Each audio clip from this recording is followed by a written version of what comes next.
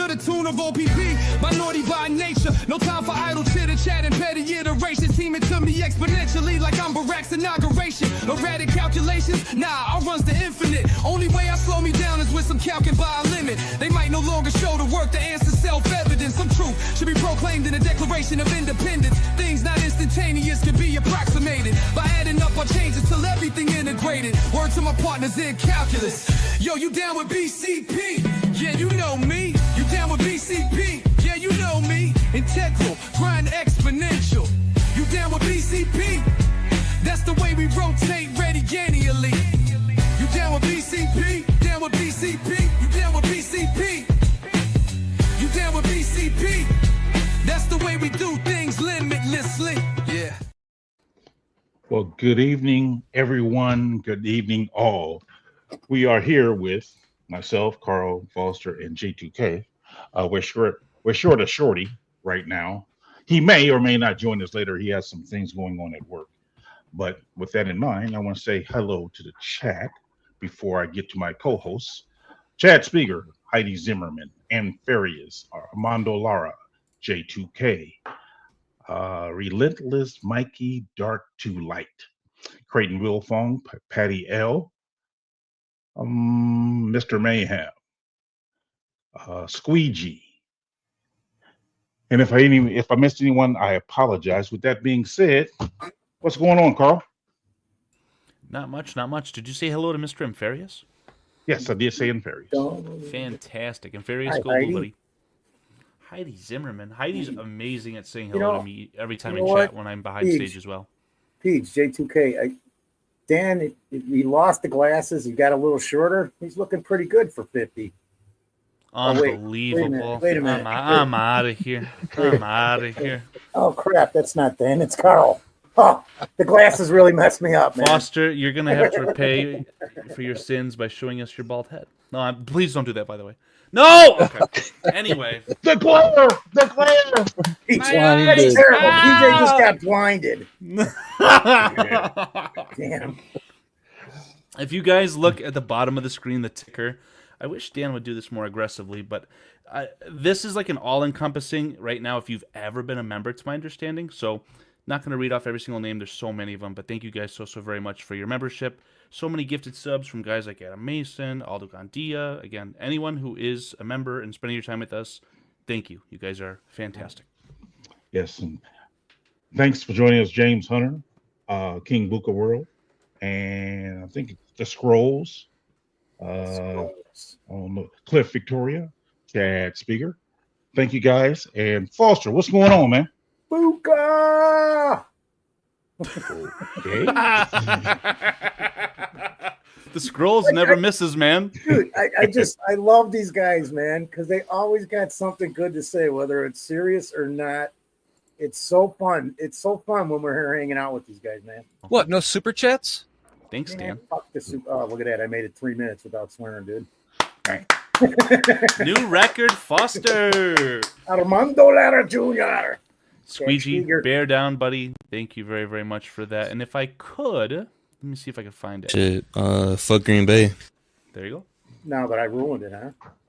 Thank you there, Squeegee. Appreciate your super chat. What's going on, J2K? Hey, PJ. Hey, everybody in chat. Carl Foster. Good to see everybody. Another Thursday with BCP. Yeah, I'm missing Dan tonight, but he's got some stuff to take care of, so we're going to take over this show and get to the draft talk. Yes. Get to the draft talk. Yeah, we ought to even make a lot of sense tonight with Dan being gone. I mean, if I wasn't here, you guys would be set. I don't know if you guys ever heard our final grades or our grades about the draft. With that being said, I'm going to start it off with Foster. First round pick, Loveland. Colston Loveland. What do you think of it? All right, guys. So I had Warren ahead of it. You know, I had Warren being as this pick, as a few of us did. I think it was Shorty, Glenn Morgan. But I was uncertain. I didn't see enough because here after the draft, I went and looked at this guy harder because I was okay with it. because I'm going, this is a Ben Johnson pick. This is somebody he wanted for his own reasons to make this offense better, more potent than it's been. Because our offense is, what are we averaging per game? So after the draft and going and looking at this guy and going back to his freshman year and looking at him with like J.J. McCarthy, I'm talking to J2K, because J2K gave us all a bunch of information about this guy because he was on him from the get-go. So was Carl. Carl brought him up. Nah. Anybody with Michigan? Yeah, I know you didn't want him on the team. Foster, let me interject, okay? No, wait. When we give the grades. Wait. Let me finish. So, but you actually brought him to my attention more than a name on the board, okay? And that's what I want to get to the point is. Not anything other than you guys have just brought it to my attention. So going back and looking at the film from his freshman year and all the time with sophomore, whatever it is. It's different than what we saw last year. And I think you said something about the quarterback, and I just know the quarterbacking last year for Michigan was atrocious. So that took away a lot of people's perceptions, because some people, and I'm talking about the people who don't know, aren't indulged in this, you forget about the guy from 2 years ago. I did the same thing with Luther Burden. Well, why is that name so familiar? I'm just saying. So right now, I give this pick a B-, even though everybody's going, why are you giving it a B-? I said, you know what? That grade can change. Talk to me around Thanksgiving or Christmas, and then I'll give you my real grade on it. Because I don't know enough, and I don't know what Ben Johnson's going to do with him. If he ends up being a tight end too, and he's not playing a lot and not contributing, the grade could go down. So that's just the way I see it. If you don't like it, well, then you don't like it. Yeah. I can give some capstones. I did an entire video with these exact same slides talking about the players, my grades. So anyone who's watched that content, it's kind of like beating a dead horse a little bit, right? Just wanted to interject when Foster was saying something about how I brought Colston Loveland to Foster's eyes. No, I actually only ever brought up Colston Loveland to the Bears, and I literally never thought it was even a possibility, for the fact that I did not want the Bears to draft a tight end. And honestly, I thought if the Bears would take a tight end, I thought it would be Warren, just because he's maybe the better player right now. Admittedly, maybe Loveland is going to have the higher ceiling. But again, my draft grade, didn't want a tight end to begin with. Doesn't matter if he's from my school, my favorite team school. I give it a B- as well. Carl, just so you know, I saw you talking about him first with Adam Mason. It was reactionary, right? Because Adam Mason, the big guy, 12 personnel, it'll make our running backs better. Sure, you're probably not wrong. But if you're going to draft a tight end and you're talking about Warren, well, Loveland is the better complement to Cole Kmet. If you guys spend any time on Twitter, any time on social media, you will see this nasty trend of devaluing Cole Kmet as if he's a bad version of Desmond Clark. It's just idiotic, right? So I just don't understand it. I still don't necessarily understand the pick. It makes sense that you'd go best player available in that moment, because overall this was a relatively weak class. Again, I'm just rehashing what I talked about last week or earlier this weekend. If you wanted to really get an impact player for a long time, don't know why we're passing on Kenneth Grant. Don't know why we're not taking a swing on a guy with maybe some character concerns, potentially higher upside like a Walter Nolan. I don't know why we're spending it on a backup tight end, but I'll digress there. All right. J2K, what's your grade? Well, all right. So I have a very different opinion from Foster and Carl at the moment. So when I watched the All-22 tape of Warren and Loveland, I'm actually kind of surprised that the general consensus was that Warren was the better tight end. I think we actually found out that the NFL scouts actually felt the opposite. If you heard reports about teams wanting to trade up when we got to the 10th pick, and then suddenly we took Colston Loveland, and suddenly all the phone calls stopped. So I think people have kind of got caught up in the media hype on Warren. And I think a little bit of Ben Johnson at the owners meeting being asked about Tyler Warren, him talking about him, and then that following the airwaves and the Twitter verse kind of, tricked people into thinking that Warren was the better tight end. And I'm okay. If someone thinks that Warren's a better tight end after watching the two of them and comparing them, that's cool. I respect the opinion. I had Loveland as the better tight end. I actually thought he was far better of the two at tight end. I get what Carl is saying as far as other positional needs, as far as trenches and stuff like that. Before this gets lost, before this gets lost, I just want to ask. Obviously, there's a big age difference between the two players too, and that can kind of dictate your answer. But what about like today? Like today is May 1st. What if the Bears had to win a Super Bowl on May 2nd? They're playing in the Super Bowl May 2nd. Would you rather have Loveland for that game, or would you rather have Tyler Warren? I mean, I don't know. I think that Warren is the strange cul-de-sac to put me in. Yeah, I think he's the better player now. I think he's more flashy. Obviously, your comment about the media is probably spot on, right? So I hear what you're saying, but sorry not to cut you off. Yeah. Back to my point. So what I see in Loveland is I see a guy who can stretch the field vertically as a tight end. When I looked at Warren, I didn't see that. The speed difference is dramatically different, you guys. So I saw Warren as somebody who you build an offense around within, 10 yards, 12 yards with Warren. With Loveland, you're building an offense, 30 yards downfield with him. And then there's some other things that when you look at Warren's tape and you look at Loveland's tape, a lot of people would say, well, Warren's more of the gadget guy. Well, he's not going to be lining up in the Wildcat in the NFL all that often. He's not going to be playing quarterback all that often. So a lot of the things that Penn State did with Warren, just not going to happen in the NFL. Had you put Loveland in that position on Penn State and in Warren's situation, he would have had just as many wild, flashy plays and all that kind of stuff. Michigan itself is more of a pro designed offense where tight ends act like tight ends. Penn State used Warren as just this gadget guy all over the field, which he won't be in the NFL. He'll be a classic tight end. The other thing is when you look at the route run, you can see Loveland is breaking off cornerbacks with his route run.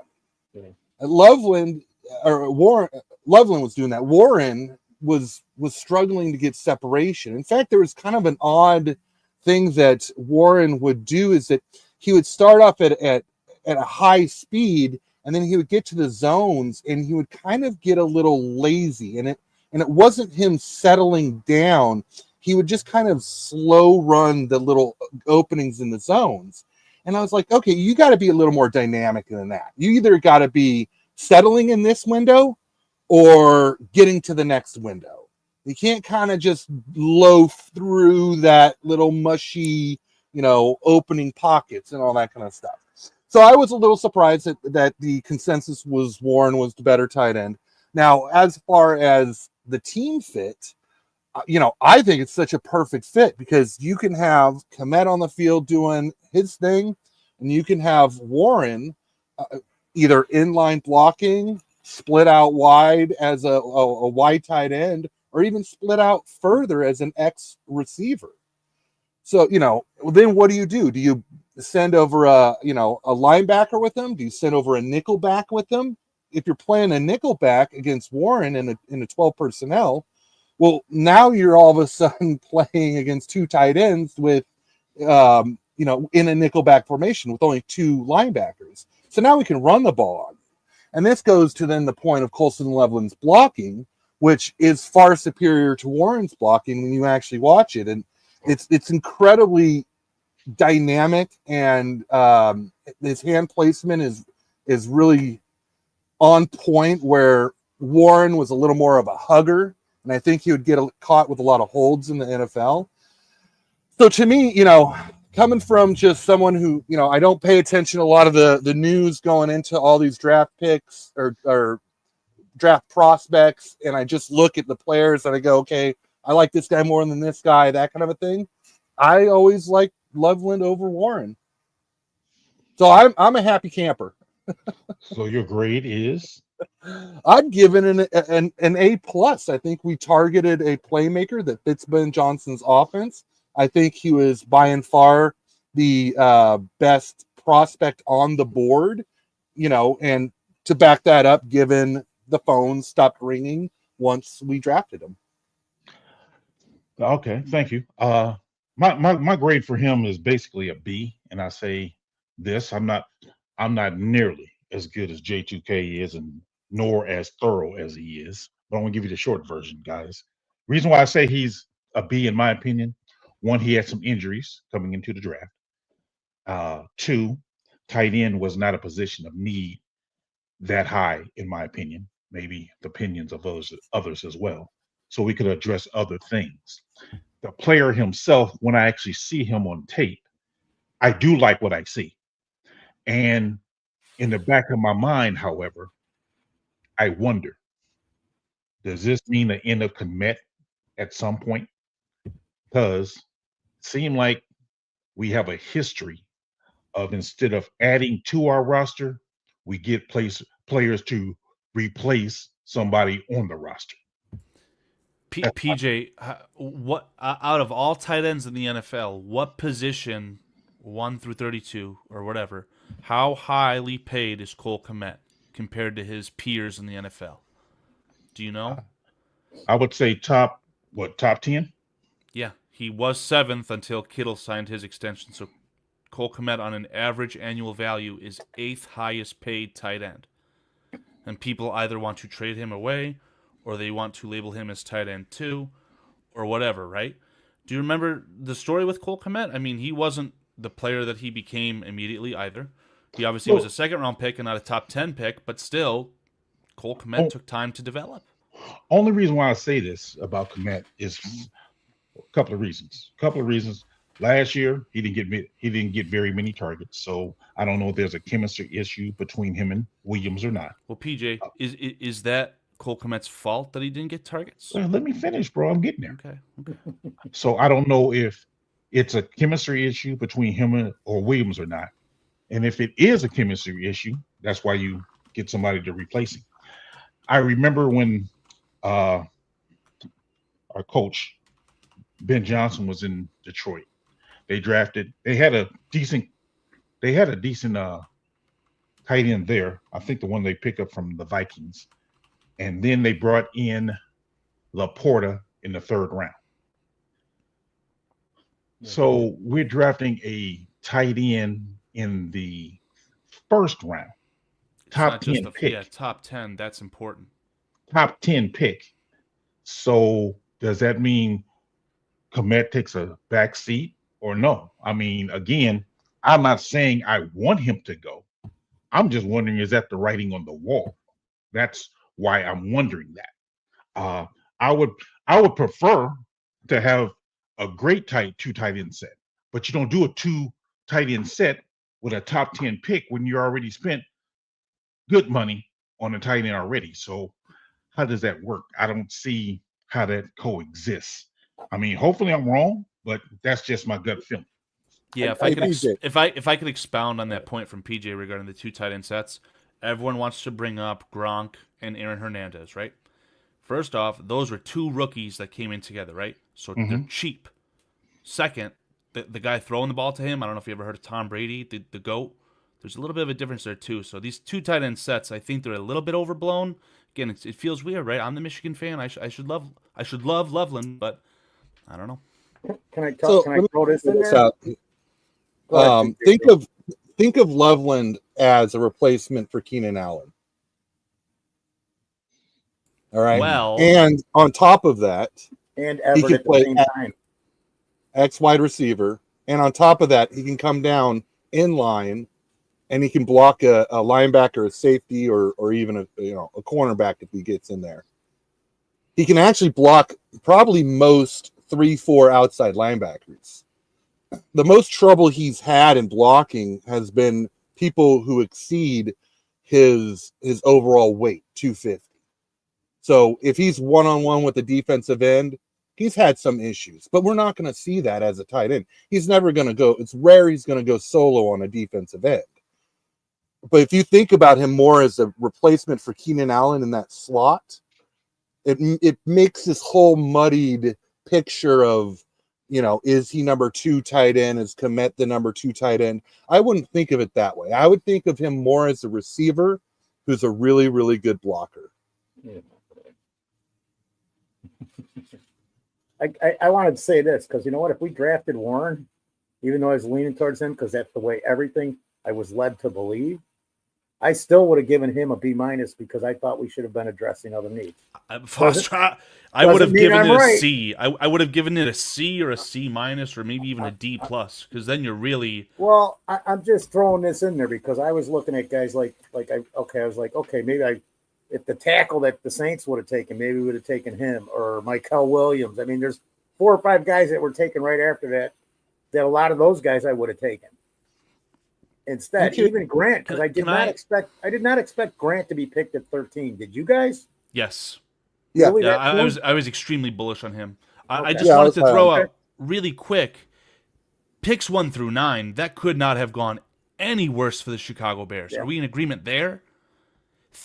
I told Adam Mason 2+ months ago, I said, there will be 2 tackles taken in the top 10. Yeah. And he looked at me like I had just, I don't even know. He thought that I was, the R word, just totally stupid. Not only did 2 tackles go in the top 10, 3 tackles went in the top 10. The star running back went. Yeah. The 2 best defensive players in the draft went. Of course. Mason Graham, Abdul Carter. You were kind of screwed. Well, I'm curious. I want to ask you guys this took that because I want to get back to the importance of taking trenches versus playmakers. When you look at it this way, what's more important? Because we did in free agency pick up trenches, right? We did a pretty good job with that. But when you get to the draft, what's more important? Caleb Williams' future or adding more trenches? It's an open-ended question. I'm not trying to say either way. I'm curious, honestly curious. I want to go fast. I'll go first and go fast because it's already well documented, right? Caleb Williams cannot do anything from the bench if his team can't stop the run. Not suggesting the Bears are going to have problems with that. They should be good at it. I have a lot of faith in Dennis Allen. But if he wants to make damn sure that the run game was never an issue, you could take Kenneth Grant and he'd be synonymous with Caleb Williams the entire of their career, right? 10+ years, elite play from the interior defensive line. That would have been my preference. Does Kenneth Grant make Caleb Williams better, though? He puts Caleb Williams on the field. It's you can look at it logically multiple ways, but I would say the same thing too. If you're stopping them sooner, you got the ball more. If you give your quarterback the opportunities. That's why I was even like Cleveland. Yeah. Look at what happened in the Super Bowl, right? Or the games before that, the championship games. There was like a historically low amount of possessions because of what these running backs were doing. Obviously, we're talking about a running back renaissance with Barkley getting paid all this money now after the extension, all these things, right? But all I'm saying is I think it starts with selecting a backup tight end that now you're pigeonholed into having him be your future, and you're replacing Cole Kmet, who was a good enough player. I know. You think Loveland's going to be a backup? In this year, he better. If he starts as the starting tight end, he's going to be biting off more than he can chew, and I don't think he'll be ready. I think it would be smart to give him the chance to develop, not to say that he's not capable, but to say that we saw it with Cole Kmet. Cole Kmet didn't light the world on fire coming in, and I know the argument right there is just going to be, Loveland's better than Kmet. Might not be wrong. So you don't think he could put Loveland in the passing game, not overload his plate with the scheme run blocking? You don't think you can do that? You can't put him at the Y receiver, X receiver, and have him run the same routes he ran in college? I need to let Foster and PJ answer your original question, but the problem here is the elephant in the room that's directly on the screen right now. So it's just, I don't know, man. Slow down. No, I'm just curious. But anyway, you guys answer the question. Go ahead, Foster. No, first, I just want to say, let's not be calling people names just because of a difference of opinion. Straight up, we don't need to do that crap. That's for all the crap that you see on YouTube and out there on everywhere else. So you could disagree with someone, but we don't have to start calling them names. That's just the way I feel. Forgot what the question was because I read that and I had to make that comment. So I don't even remember. J2K, if you want to repeat it, I don't want to mince your words. Yeah, run your question again, J2. Well, just in the offseason, we did target trenches, right? Yes. We all can agree with that. Yes. So going into the draft, I thought that Ben Johnson was going to have his draft. He was going to get Caleb offensive weapons. And I'm just kind of curious at this point, do you guys still feel that the trenches were at this pick more important than getting Caleb Williams more weapons to give him a better opportunity to succeed? That's a really tough question, actually, because it's a two-way street. If I'm going to take this pick and use it to, let's say Grant, because that would have been an okay pick too. I just thought he was picked a little early, but maybe I'm wrong. He was even one of the ones that I said, one of the guys that I threw in, the three names that I threw in, and they were all defensive: Mikel Williams, Grant, and somebody else. I can't remember. Walter But that would help the defense against the run game, and we know how much problems we had there. I'll state that as one thing. But then also, are you guys sure that our offensive line is set? It's going to be okay. There's not going to be problems with it. Are you guys 100% sure that Jonah Jackson's going to be out there being able to play after the last 2 years of injuries that he had? We got some draft wait, picks. hold on, I'm We not can done with add my to that. questions. I mean, these are just questions. I don't want answers. I'm just throwing them out there. So who's the guys that we got on the bench that are going to be able to back 2 or 3 of these positions up that are going to be decent backups and not just another name because of what we've experienced the last 3 seasons. We've gone into this, if you guys remember, going into the last 2 seasons prior to this, and Peach, tell me if I'm wrong, we all thought that our depth was going to be solid enough to take care of it if there was a problem, and it never has been. So I'm not even saying that I would go offensive line here unless one of those 3 guys didn't go before us. But I could see doing it either way, J2, where you take a playmaker, or in that position, the guys that were there would have been beefing up the defense. So it's a tough one, man. But it comes down to this, and Pete, we do this all the time. We're from Missouri because you got to show us, because we've seen too much of this over the last 50 years. So it's tough. I'm not even disappointed or upset with this draft at all in any way. I just don't know for 100%. Like I said earlier too, J2K, I went and looked at this the night after the draft. I don't know if you remember, we talked about it on day 2. And I was much more in favor of this pick than Warren. But I still have to see it because I don't know what it's going to look like in the Chicago Bears version. Are they going to be able to? I'm hoping, I believe it, because I've seen what Ben Johnson has done in Detroit. But I got to see it. I said to my buddy today, I said, man, I almost wish it was preseason. I just don't want to miss this summer. So that's a tough question for me to answer. Let's hear what PJ has to say. I could see it either way. Shut up, Carl. Go ahead, PJ. Thank you. I think Didn't call your name though. I think to answer the question as briefly as I can, there's J2K, is I'm a firm believer that we needed to address the trenches. How does the trenches help out Caleb? Well, if you secure the trenches, I think it makes it easier for the offense. It makes it easier for our team as far as defending the run or doing our rushing attack. Either way, it helps out Caleb because then you don't have to drop back 40, 50 times a game. I just think secure or get the trenches secure, and then we can find some skilled players later on. With that being said, though, I'm going to move on to the next one. Our number 2 draft pick, speaking of Show Me State, comes from Missouri. His name is Luther Burden III. Foster, what are your thoughts and grade on Luther Burden III? You're muted, Foster. Yep, coming in too, I am. I give this draft a B. I give this pick a B+. I really like the pick of Luther Burden. I kind of dropped him off my radar. And then again, after the draft, going back and looking at him, I was like, I think this was a steal. And I believe A couple guys on the East Coast and the West Coast both said that he might be the steal of the draft. But again, I've got to see it. I've got to see it in a Bears uniform on the field because I know how the Bears are, man. I really like this guy. I voted him as my favorite draft pick of this draft, believe it or not. So I kept it short on that one. I didn't have to go into too much, man. We see what he is. Go look at the film. Wait, one more thing. Is he going to be kept? Is he going to be able to stay focused throughout the game in the season?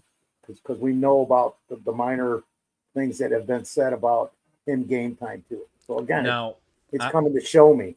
I don't want to call it an inside scoop, but if you look at the post I saw on Reddit of people who are literally Mizzou fans, they'll tell you that off-the-field stuff is BS. Essentially, what it all stems from, to my understanding, is that he had a couple of unnecessary roughness or unsportsmanlike penalties, and that trickled and snowballed, right? Let's be honest about Luther Burden. He's an extrovert. And I think that's why it's one of the best picks they made this year, is because he complements what they have as far as a personality perfect. And you'd say, oh, why are they finally drafting a guy with character concerns, blah, blah, blah. We've got the best man in the entire world to coach him in Antoine Randall L. So I agree with Foster. This is a B-plus pick for me. And unfortunately, the only reason that it isn't an A is because you just drafted a pass catcher at 10th overall. You drafted another pass catcher last year at 9th overall. And you acquired DJ Moore from the Panthers, the previous year? So it's a surplus. I think it can become a surplus, right? Luther Burden and Colson Loveland. Loveland, they have not proven themselves. But if they prove to be their draft capital, the 10th overall pick and the 39th overall pick, we know how good DJ Moore is. I expect Rome Odunze to be as talented as anyone else on this roster. It's going to become a surplus, and it's going to become fast. That's why I had that little outburst. Carl. Go ahead, Foster. I want surplus. Right. The good teams like Kansas City and San Francisco, they have surplus. That's why they get the extra picks. But when you take their career stats and add them and average them and do your projections, that's not how you win football games, right? There's only one football to go around. So it's a good problem to have, sure, but that's why I post things on Twitter like, hey, are we going to trade DJ Moore? I've never advocated for trading DJ Moore in 2025 or even in 2026. Maybe 2026 if push comes to shove. But all I'm saying is if Luther Burden III proves himself, he's as elite as it comes. I mean, if he was able to be draft eligible last year, he'd be a first-round pick, no problem. So I'll digress on that. J2K, PJ, whoever wants to go. But again, yeah. J2K.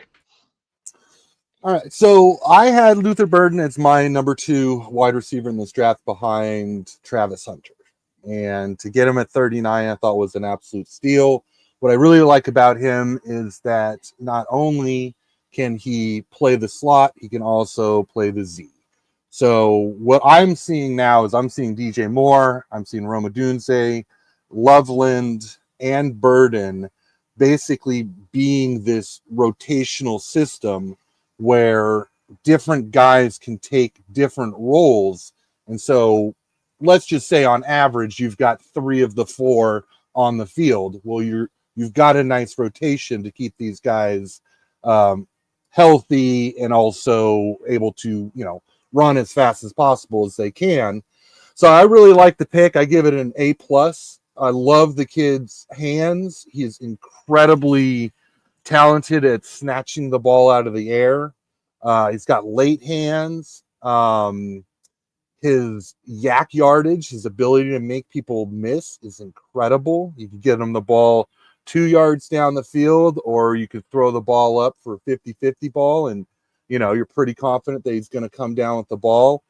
Just an incredibly dynamic playmaker. And when I look at the 2, Loveland and Burden, I get so excited for Caleb Williams because now, Caleb isn't throwing to a slow Keenan Allen. We don't have to have DJ Moore on the field for the most snaps by a wide receiver in all of the NFL. Rome Odunze doesn't have the pressure of trying to fill the gaps between all this chaos for Caleb. As a rookie, that was a little bit wouldn't say it's too much to ask, but it was a lot to ask of a rookie to be that large a part of the offense so early. And then with Kmet's honest limitations, and I like Kmet, honest limitations about how much he can stretch the field or what he does with the ball in his hands. I absolutely love this offense. I think that we basically in one offseason fixed our offensive line and got incredible dynamic playmakers for offense. Well, my take on it is Excellent point. Points, J2. Sorry, Peach. my take on it is again, I'm looking at one ball. Caleb trying to distribute the ball to 5, possibly 6 really good options. And I don't think that's capable of doing. Somebody's going to be left out in the cold, be it Kmet again, be it Swift not getting handoff, but someone's going to get not theirs. That's why the talent itself, I agree with the J2K 100%. The talent's obviously there. He's a top-notch talent. I just wonder, should we have made that pick? Maybe he was the best player on the board at the time. Maybe. I just, again, with all the other talent that we do have, and still to this point, not having had addressed the trenches, that's problematic for me. And then it goes back to what I said about the tight end. Is this guy DJ Moore's replacement? Is that a possibility? I don't know. Because again, what I have seen from the Bears before, as soon as they get in a new guy, they're looking to replace one of their older guys or another guy that they already have. And you're not building a team that way if all you're doing is bringing a guy in and then shoveling another guy out the next year. So that's where I'm at on that. Moving on to the next draft pick. PJ, I apologize. I did not document the grades that you guys had, so I gave the draft pick of Luther Burden a B+. PJ, what grade did you have for that pick? Both of my guys are Bs. B as well. Foster? Yes. Bueller? Foster? You I have see the those on screen. mute. B+, because I keep tooching myself. Dogs B+. barking. I hear you. And then J2K, what do you have a grade on the Burden pick? A+. Got it. Okay, PJ, let's take it away with the next guy. Next guy up is offensive tackle, Ozzie Trapillo. Trapillo. Appeal. Trapillo. Okay. Okay. Foster, what do you got? Ozzie Trapillo, I said this Saturday. He's got great bend. He just has to not be back on his heels so much. I think he's coachable, and he's going to be our starting left tackle at some point. So I have no problem with this pick. I did originally because I didn't know enough. But after watching all 22 on him and delving into this guy's history and stuff, I'm sure you guys saw a bunch of the interviews about not only his story, but the kind of guy that he is. And then go watch some of that BC tape. Not BC, was it Holy Cross? No, it definitely was Boston College. Okay, I'm confusing players in my head. Yeah, this was a 6th-round pick. Yeah, for some reason. The guy that was a guy at Michigan State. So, but anyways, I did a dive on this guy because I had to know more about him because he was another guy that was a name that I didn't look at well enough. And I just think that he has the capability of slotting that in. I know I didn't even see the interview about what Cole said about him. I heard about it, but I already had what I had in my head from just watching the film on him after the night we drafted him. Because I did kind of a delve with him because I had to know more why we took him at this spot. So I'm convinced that he is going to be the left tackle of the future. Right ain't going anywhere. And like I said, I haven't even listened to or heard the polls thing. I heard somebody talking about what I'm just saying now, that he is going to be the left tackle. But I said that Saturday, not only here, we were talking about it on the bar room. And I said it right there. I said it because everybody's like, "Oh, he's going to be the right tackle, and they're going to move right over." And I'm like, "Nope, he's going to be our left tackle. He just needs to be coached well, and I think that's another huge factor coming this season. We've got real coaches up and down both sides of the ball. So if Dan Rouchar signed off on the pick, then yeah, I'm all for it. But unfortunately, it's to my understanding that there's a deep-rooted connection through Boston College, right? I don't know if it was Ryan Poles knows Ozzy's father or what it was, right? I've heard 2 or 3 stories. Go ahead. As far as the player prospect, I don't want to pretend that I'm Mr. Know-It-All or anything like that, right? Obvious initial shock is like, why are we drafting a backup right tackle at 56 overall? If he's drafted this highly, I would sure hope he has the ability to compete for left tackle, right? But that means you're devaluing potentially Braxton Jones, or maybe he's injured. Maybe he beats him out. What does that say for Karan Amagaji? Guy with incredible measurables, right? This guy can't play left tackle for us either, so now he's a backup guard. We're devaluing that pick. It's a weird one. Again, if I had to give it a draft grade, I would give it a C+, and I'm hoping it can prove me wrong, but I'm going to give it a C+ for the idea that, again, seems like a backup right tackle to me, and I don't understand it. But again, competition. Yeah, true. What you got, J2K? So I love the prospect. I thought, big right tackle, like from tape, this is what I saw. I saw a big right tackle who moved very well for his size. He bends very well for his size. His, hand placement's good. He's got a powerful punch to him. When he does engage with defenders, you see the brick wall. You don't see the feet chop back. When he gets engaged with people, you just see that instant strength. I thought great fit for a power scheme, and then we drafted him, and I'm scratching my head because I don't know if he fits Ben Johnson's run scheme, which I believe is going to be heavy zone. Given some of the other signings we made, especially the center Dahlman, I think we're still doing the wide zone, inside zone stuff. We don't have a need at right tackle. So I think we're taking a very, very good, talented prospect and we're putting a square peg into a round hole. Now, he's going to get every opportunity to play at left tackle, maybe possibly win the job, although I think that's incredibly unlikely this year. I think, if anything, Karan's got better measurables and better footwork and better overall skill from his college tape, not the NFL tape, from his college tape. I think Karan is a far better talent, and especially left tackle talent.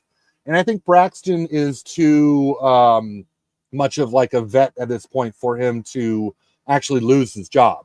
So I don't really see competition at left tackle. I see competition at backup left tackle, or more importantly, swing tackle, who's going to be the next important person. It's a little strange to me because even if Ozzy does win the left tackle job, say next year, are we really talking about a left tackle that's better than Braxton Jones has been? Are we kind of going back to he's average starting left tackle and you can't have stars everywhere across the line excuse? Is a lot of this is kind of like, what are we doing with this pick? I love the prospect. I just see the fit being strange. I hope that Ozzy proves me wrong, but yeah, I would give this a C+ grade. C+. Okay, my grade on him is a B. I like his height. I like his play. The only issue I truly have with him is his arm length. If Poles made it a big deal for Tevin Jenkins to move to guard as soon as he came here because his arms was only 35-inch long, why are we drafting a tackle with 33-inch arms? That to me doesn't quite add up. Is it because Poles knows the father of Ozzy Trapillo? I ask you jokingly, PJ. I really don't know. I know his father passed away. I enjoyed his story, and I'm rooting for the guy because of his story. And I wish him well, but I just concerned with the 33-inch arms. 6'8", kind of a problem to have a. I wonder what his bend going to be like after a while. I mean, 6'8" and trying to bend and get to these edge rusher like Hassan Reddick, who's 6'1" or so, or 6'2". That's a lot getting under those pads there. So that part is concerning for me. But I mean, I can't say anything negative about the player himself yet until I actually see it. But so overall for him is a B. Moving on to the next. Oh, Kyle, Sorry. did you get all the grades? I did not get Foster's grade. I got everyone except Foster. Oh, B minus. Thank you. I still got to see what I said. Really quick, do any the three of you guys see him potentially moving to guard? Yes. Not at 6'8". Because the arm length, maybe, but like it's just weird. I don't know. It could PJ? happen. For me, not at 6'8", because 6'8", that's an extremely tall guard.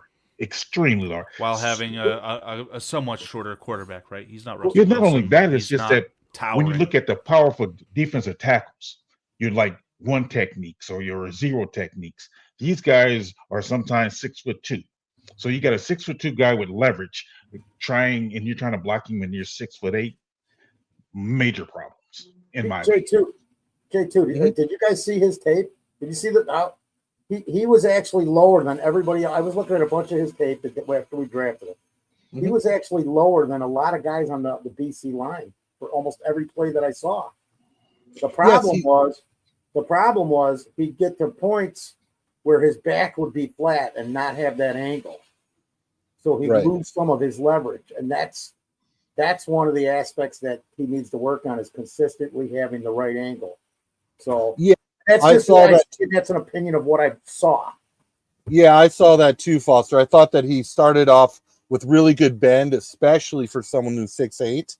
But then over the course of the play, if he's having to block this guy and then come off and block this guy, or maybe he's more on a move or something like that, that he would get a little more upright. The question why I ask guard, it's just when you're trying to create value out of a pick, and this is the 56th pick, so this is an extremely high pick. If we're questioning him at left tackle and we're pretty sure that he's not a great fit at offensive guard, and then you're like, okay, he's really a right tackle, you start to wonder about, well, did we take a really good prospect worthy of the 56th pick and we just made him a career backup? That would be terrible. Yeah, not to steal the words out of your mouth. It's essentially what I just said, right? You can't pick at 56. You absolutely can't pick at 10, by the way, guys. But you can't pick at 56 a career backup. Well said. I mean, he's either got to start or find a way to have impact. And just saying, oh, he's a swing tackle, it's just a silly term. It's your 6th, 7th best offensive lineman. Come on. Carl, what was your grade on this? Because here's the only one I didn't hear. C+. Okay. All right. Are we moving on to Mr. Shamar Turner? Yes. Yes, we are. Go ahead, guys. Foster, Shamar Turner, 6'3", 290 pounds. Go. No, I was just going to ask you to come back to me on this. I wanted to check a couple things out, because actually I won't. Do you want me to give you some more information real quick? No. I like the pick because the guy's versatile. We all know this, that he played defensive end and defensive tackle over 2 seasons. Was effective at both. I like the pick, but I thought we could have gotten. I don't even remember the guys' names. I went back after the draft and looked at who the next 10 picks after that, and there was a couple names that I can't remember. I was going to try and look them up so I could say them, but there was a couple names that I think I would have taken over him, or maybe even traded back and tried to get Nick Scourin. There was other options, but I'm not dissatisfied with the pick. The one thing I don't like as much is we've got another injured player doesn't he got a portion of a steel rod in his leg? Yeah, that's what I wanted to say. If you want some added information, according to Brad Biggs, Carl, I just can't remember all of it. Yeah, I mean, it's right on the screen for you. Fold. I got a computer in my head from like 1992, and it's really slow, and there's too much shit in there. That predates my time on Earth. Yeah, well, see, that's how shows you how bad it is. Gotcha, PJ. Mission accomplished, ladies and gentlemen. We got PJ. But I'm still gonna give this pick. I'm gonna go high with this pick, but again, I got to see how effective he's gonna be and what they're gonna do with him exactly. We think we know, but do we really? So I'm gonna give him a B, which is no. I'm gonna stick to my B minus because I've got to see this stuff in a Bears uniform, in Bears games, in real time, in person. I'm real tough this year on the draft, especially after the last two, just because of what we've dealt with. Now I want to go off on like a tear, like I did with Glenn Morgan, and then at the end go, yeah, it's gonna just keep happening again, anyways. Very interesting comment by Squeegee there. Did you know that Turner, coach, was the same guy that screwed up Dexter in Florida? With that being said, if you're done, Foster, I'm moving on to Carl. I think I got my grades messed up. I can't remember because I did not have the same grade for Trapillo and Turner. I don't want to give Shamar Turner a C minus because it was actually at a position of need, but I'm in agreement with Foster. You're kind of taking a big swing here because, yes, we generated capital by trading back, in my opinion, but this was actually a move up, right? We had a third-round pick, the vaunted third round for Ryan Poles. You used your pick 41 to move back for Trapillo and move up for Shamar Turner, and you also gave up your 7th to move to the 4th. Something like that happened, right? I can't remember, but at the end of the day, it's a risky pick. It's a guy who has some history with not off the field, after the whistle antics. Not my favorite thing in a day 2 draft pick, but something that I feel like this coaching staff could fix. Thankfully, I do think it was at a position of need. I know that people are trying to say, especially if you look at these stats, right? Like, oh, look at all those tackle for losses, those sacks. What happened that year? Well, in 2023, he played edge. I don't think he can cut the mustard as an edge in the NFL. I think that he's the backup 3-tech right now for the Bears. And if he can develop into something more, I don't know if we're going to be paying Gervon Dexter a boatload of money. He might be one of those guys, too, who's on his way out if he doesn't continue to vastly improve with the new coaching staff, right? So, in short, I'll give Shamar Turner, I think, a C+, and I'm updating my grade for Trapillo to a C-. J2K? Yeah, so I absolutely love this pick. I think you guys all make very good points. I think Foster making the point that there was other guys available that we could have taken and I would have been happy with. I remember when we're live, we talked Omar Norman Lott was a guy who is defensive tackle as well, and I also really liked him. He was the pick right after, right, J2K? Literally the next pick was Omar Norman Lott. I would have preferred that. I'm pretty sure. One or two. I know it was short. It was not long. If it wasn't the next pick, it was the one after. Because it was this is the Bills pick 62, right? And the loser of the Super Bowl was the Chiefs, so I'm pretty sure they took Omar Norman Lott. So there was there was Lott, and there was another name on there too. Go ahead, Jake. Yeah, Makuba. Yeah. So I really liked the positional versatility that he offers. Came in as a defensive end, gained some weight, switches over to a defensive tackle, played all over the line, 3-tech, 5-tech, 4-eye. So he's got some, experience there. He's got experience at edge. I think the thing that kind of knocks him down a little bit, and it's not his fault, was the positional switch. So one of the biggest issues you see on tape with him is he's kind of throwing his hands like he's in a bar fight.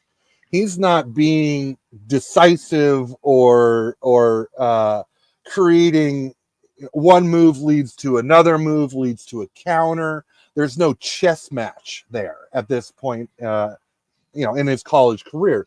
So I think that's why I think people knocked him down a little bit the board and kind of question it, because like Omar Norman Lott, he was like pure 3-tech pass rusher.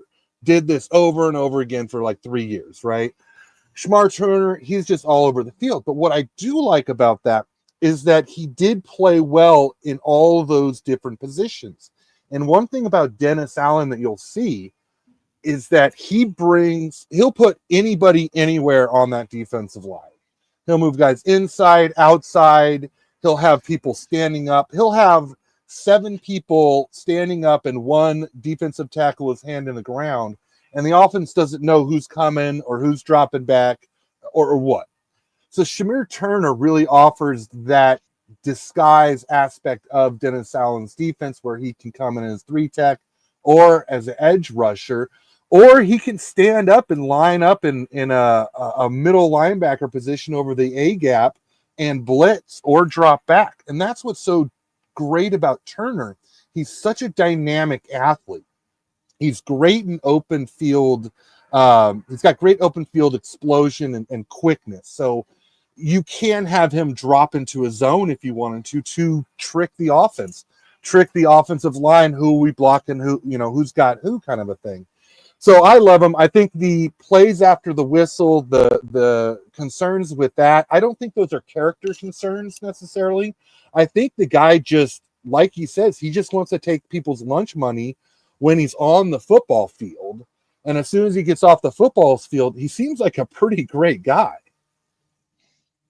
Oh, I can see exactly your point. I think we talked about it during the draft, but before I forget, because I looked up the name, so it's Norman Lott was taken directly after him. Then you got Darius Alexander, and the other guy I was going to throw in there was Ashton Gillette. And I'm not saying I'm right, because I really, if you remember, you go back and look at the show, I was happy that he was one of the guys we got. I just looked at it and went through it and said, the key thing, I think, for this pick is it is better versatility. And we know how Poles is about somebody who can play a couple positions, man. The guys he looks for. All right, J2K, give us a grade for Shamar Turner. So I would give that. I think I'm kind of like really bullish on the pick, so I would give that an A pick. I think it's a great fit. Flat A, got it. PJ. My grade for him would be another B. The reason why I'm saying a B is because of the injury concerns. I think, again, granted, I know he's a second round pick, but still with the injury concerns. I also thought, and maybe this is my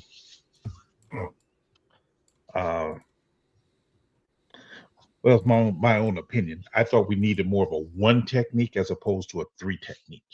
I think between Jarrett, Pickens, who may be on his way out the door, as well as Dexter, I think those guys are all 3 techniques.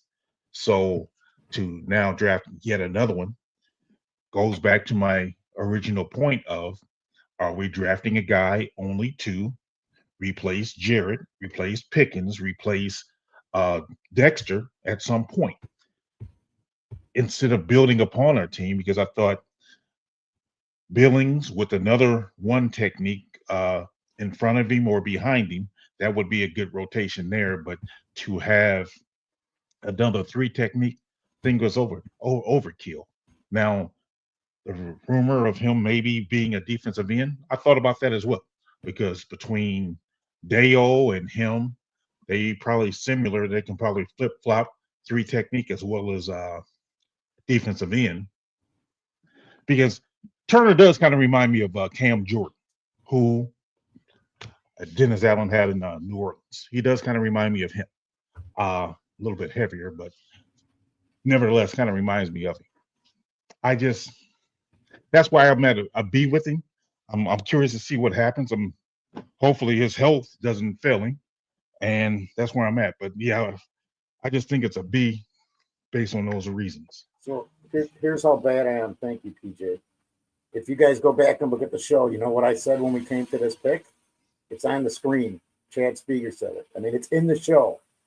I called out for Swinton, actually. I don't know if that was early or what, but I'm forgetting. But when Chad put that up there, it reminded me that's really the name I was looking for, was Lott or Swinson.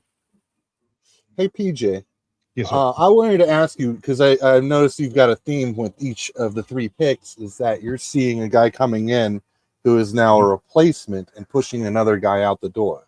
Mm-hmm. Yeah, I'm curious if, just to throw this thought out there and see what you think of it, could it actually be intentional, but it's because they want somebody for the rookie to learn under.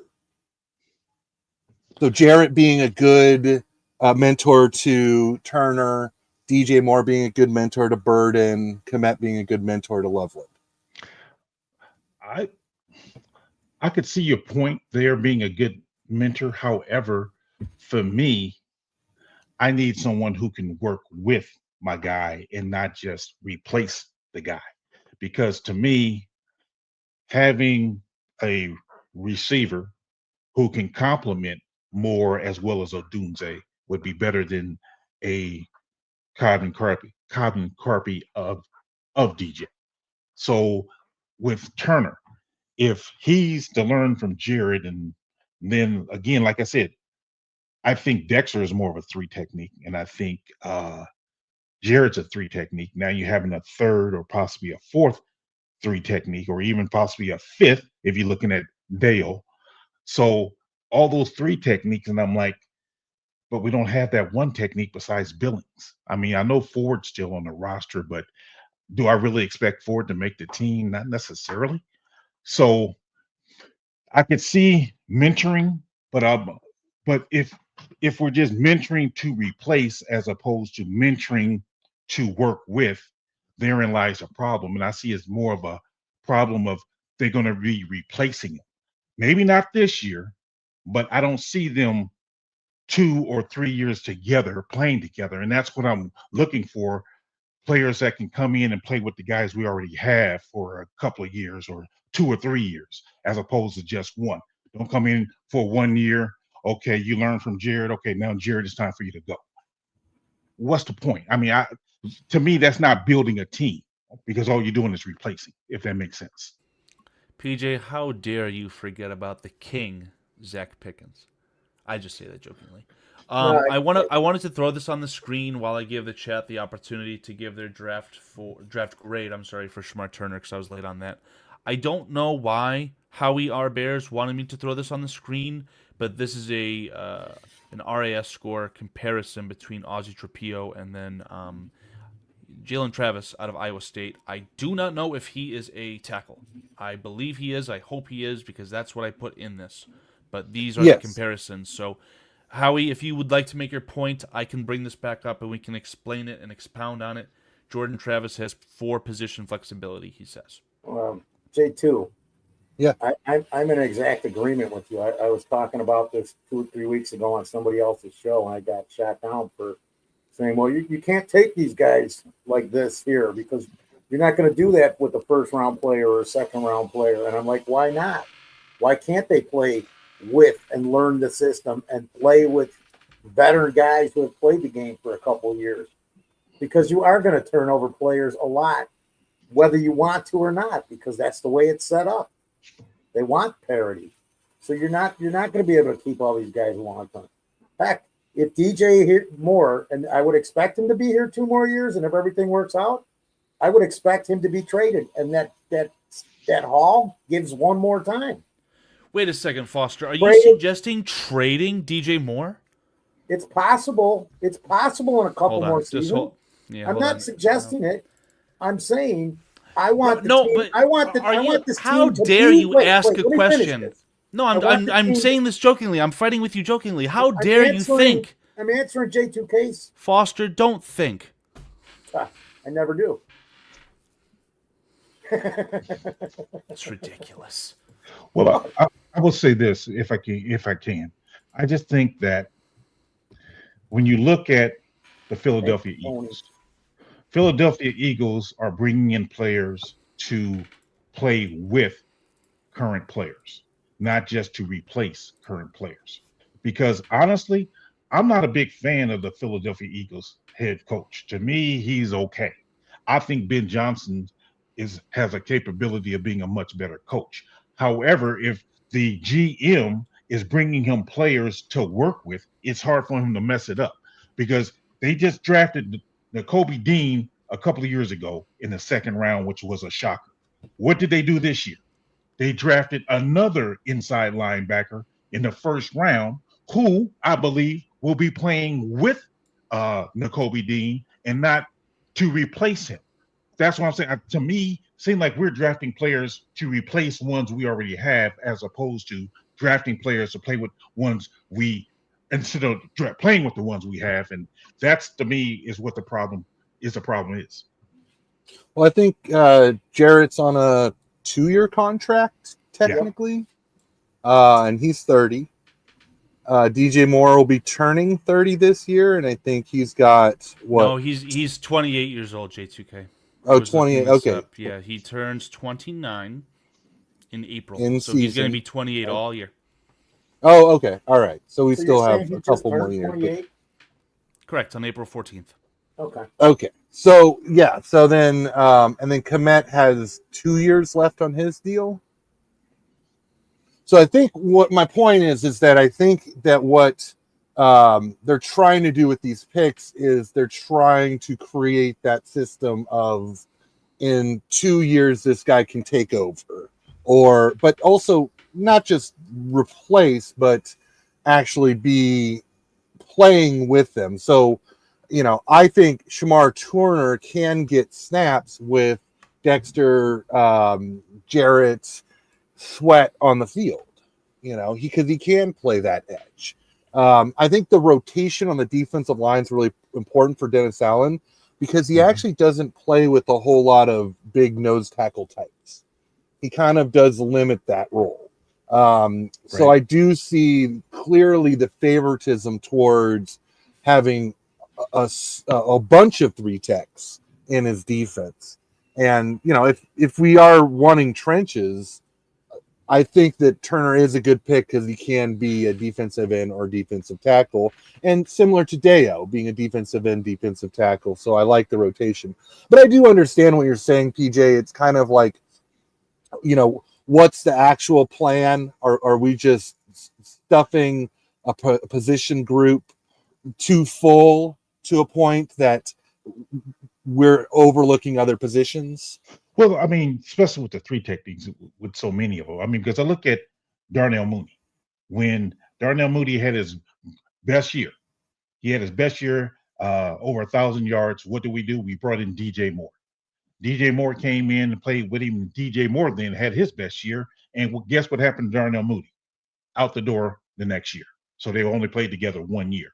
That's why I'm wondering with the whole tight end situation, with the 3 technique situation, as well as every position we drafted so far. It's like, are we going to have just 1 year of these guys playing together before they then move on one way or another, be it trade, cut, whatever? That's where my concern is. But wasn't that the end? Wasn't that a contract year for him, and the Falcons signed him for more money? Coming off that ankle he's still injury, gone, I think. right? Like, say that again. That's the point I'm making. He's still gone. Whether we did match the contract or what, he's gone. Yeah. So, and that's what I'm saying. We getting rid of him and letting him walk out the door without replacing him. I mean, same thing we did with Tevin Jenkins. We bring in Tevin Jenkins 1 year at guard or at tackle, moved him to guard. And what we do with James Daniels. See you later. Well, PJ, to nice that point, hold on. GM stick around for more than 4 or 5 years max. True. We haven't done that point. Long. I'm just saying. To that point, PJ, if you want to replace some people on the panel, let's try it. You down with BCP? Down with BCP? You down with BCP? You down with BCP? That's the way we do things limitlessly. Yeah. Look at that, just gained 3 viewers. You down with BCP? Let's blow. Switch the flow. Shift the tempo. I tried to leave and Carl won't let me. Respect the pivot, bro. Median mode. Accumulate the statistics with my bars each row. It's been that kind of day. Welcome aboard, sir. Sorry I'm late, but I did have a nice conversation with my superiors, and I'm not fired, so we're good. Wow, what a surprise, as if I didn't see that coming. No, guy says you're gonna die like plane crash. Now he's talking about being fired. I mean, what's next, bro? Come on. I like to exaggerate. I think it speaks to your character, Dan. I think it speaks to your character. I'm out of here. Dan, do I gotta move my coffin down there? I think you do, bro. Just so happened that a bunch of shit happened at the same time, like a power outage with our server. Same time I was doing something, and I thought it was, to myself, it would suggest it was me, but it wasn't. So I'm glad to know I wasn't really a fun earlier, but now I feel a little bit better, and I've had you on for the most part until my long conversation with management. But God, thanks for having me on the show, guys. Hey, glad you could make it, buddy. Yeah. This What was the official one time poll? only, though, Shorty. You won't What was be here the- next week? What was the official poll on people that didn't want me back on to join the show besides you four? Oh, it was like 83% to ask you to come on. Oh, so it was you four that said no. Shorty, that's It why was we like didn't. 20 votes. Shorty, that's why we didn't show the poll, because they wanted you back on. Well, I appreciate that, guys. Like, don't release it. Don't let him get his head swell up. I was trying to switch over. I was trying to switch over between exactly what you were saying, Peach, when I was watching, and then popping in here, and I missed a section of that. You were saying, can you just please repeat that last part, because I wanted to. As far as But it was about Mooney and well, it's like when we bring in a new player at a position, he's there maybe 1 year with the other guy, and then the other guy leaves, be it free agency, cut, whatever the case may be, and it seemed like it's continual. And the point I'm making is when I look at Philadelphia drafted Jordan Davis. What did they do the next year? They turned around and drafted Jalen Carter because they wasn't content, and there they are now playing together at least 2 years. Because this is their second year playing together. They probably play together again next year, and I don't see us doing that where we're constantly building, and that's why I'm like, we bring in this new tight end. Does that signal that Komet's going to be leaving soon? I don't know. I mean, I'm not saying it is, but I'm just wondering that given our history, because when we got Kevin Jenkins, played 1 year with James Daniels. Well, he actually didn't play because he was hurt. Next year, James Daniels gone. So I'm just wondering, is this going to be the type of pattern that I don't really? Oh, they say Jordan Davis just got extended. So that's what I'm saying. I mean, why that's Philadelphia's a championship team, and that's how they go about doing it. Why can't we? Well, I think they've had the same coaches, right? So I think a big part of it is also because if you think about it, remember Fangio just came last year, for one. I mean, still had same head coach, but he replaced his offensive coordinator, I believe, a couple of years ago, as well as his defensive coordinator last year. So the head coach remained the same. Yeah, well, that's my point. Yeah, the head coach, because right now it's Ben Johnson's team, which is a far difference from Matt Eberflus's team as far as, personnel. And you look at the Eagles, well, same head coach, same GM. They're rocking and rolling with their philosophy. Maybe new positional coaches or coordinators, but they're still doing a pretty good job. Yeah. I think if you want to add some context to it's a good thought. I'm not disagreeing with you at all, but it makes me ponder, what was their first season? What was the first season like of the Eagles head coach? And that would be a good comparison to see what they did as far as, did they attack a certain spot? Did they make it, head coach friendly for him to succeed? These are good thoughts. I also wanted to add to that they drafted the linebacker too from Georgia, and he's a stud for them, right? So yeah, they have most of Georgia's national championship defense. Well, yeah, they got N'Kobe Dean, and then they just drafted Alabama's linebacker this year. Yeah, but my original thought to that was that you have to look at this draft, really look at this draft, and figure out. It dawned on me watching all of the highlights and everything, and really diving into it absorbing it after it happened, after the draft was over. And it came to me that they literally went after weaknesses that this coaching staff that is I mean, as far as history says, and as far as our own eyes tell us, this is a to an A+ coaching staff between Dennis Allen, who's not going anywhere. He, two-time talked about it a million times. This is our defensive coordinator. If he wants to stay here for 10 years and do that, PJ. Then you got Ben, same thing. His offensive mind acumen it's undeniable. I try to talk myself out of Ben Johnson a lot, and I can't do it. That's when you know you have a good head coach. And then I take this draft and I break it down into all the weaknesses have been given all the weaknesses or the negatives have been given a positive in some way, shape, or form. Whether it's Monangai at the last pick, that dude hits the hole.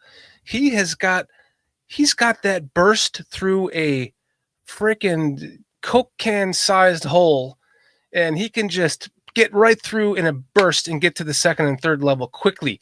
That's what Swift doesn't do well. That's why. Well, hey, are we going to talk about all the draft picks in order? Absolutely, yeah. Sorry, So I don't want you to go on a tangent and talk about everybody, and then we. Oh yeah, okay. You don't even talk about him yet. But my point is like this draft feels like it really just it filled the needs of exactly what these coaches defined as needs. Dan, would you like to quickly give everyone your grades for each of the 4 players? I can throw them up on the screen. Yeah, I already graded, and it's funny because I did the polls, and I found out that I was with the majority. So A, the next pick is an A. The next pick is a B. So if you want to, it's hard to put the context in the 4 options for the chat, right? If you want to say plus or minus with anything, go ahead. No, just B. We'll just call it straight ups. A. B is Tripolo. That's a B. Stewart is an A. I mean, you have to take into account where you're getting him in the draft, what type of player he is at that spot. I love Frazier. He's a great. Whoa! We ain't got there yet. Okay, sorry. We just did Turner.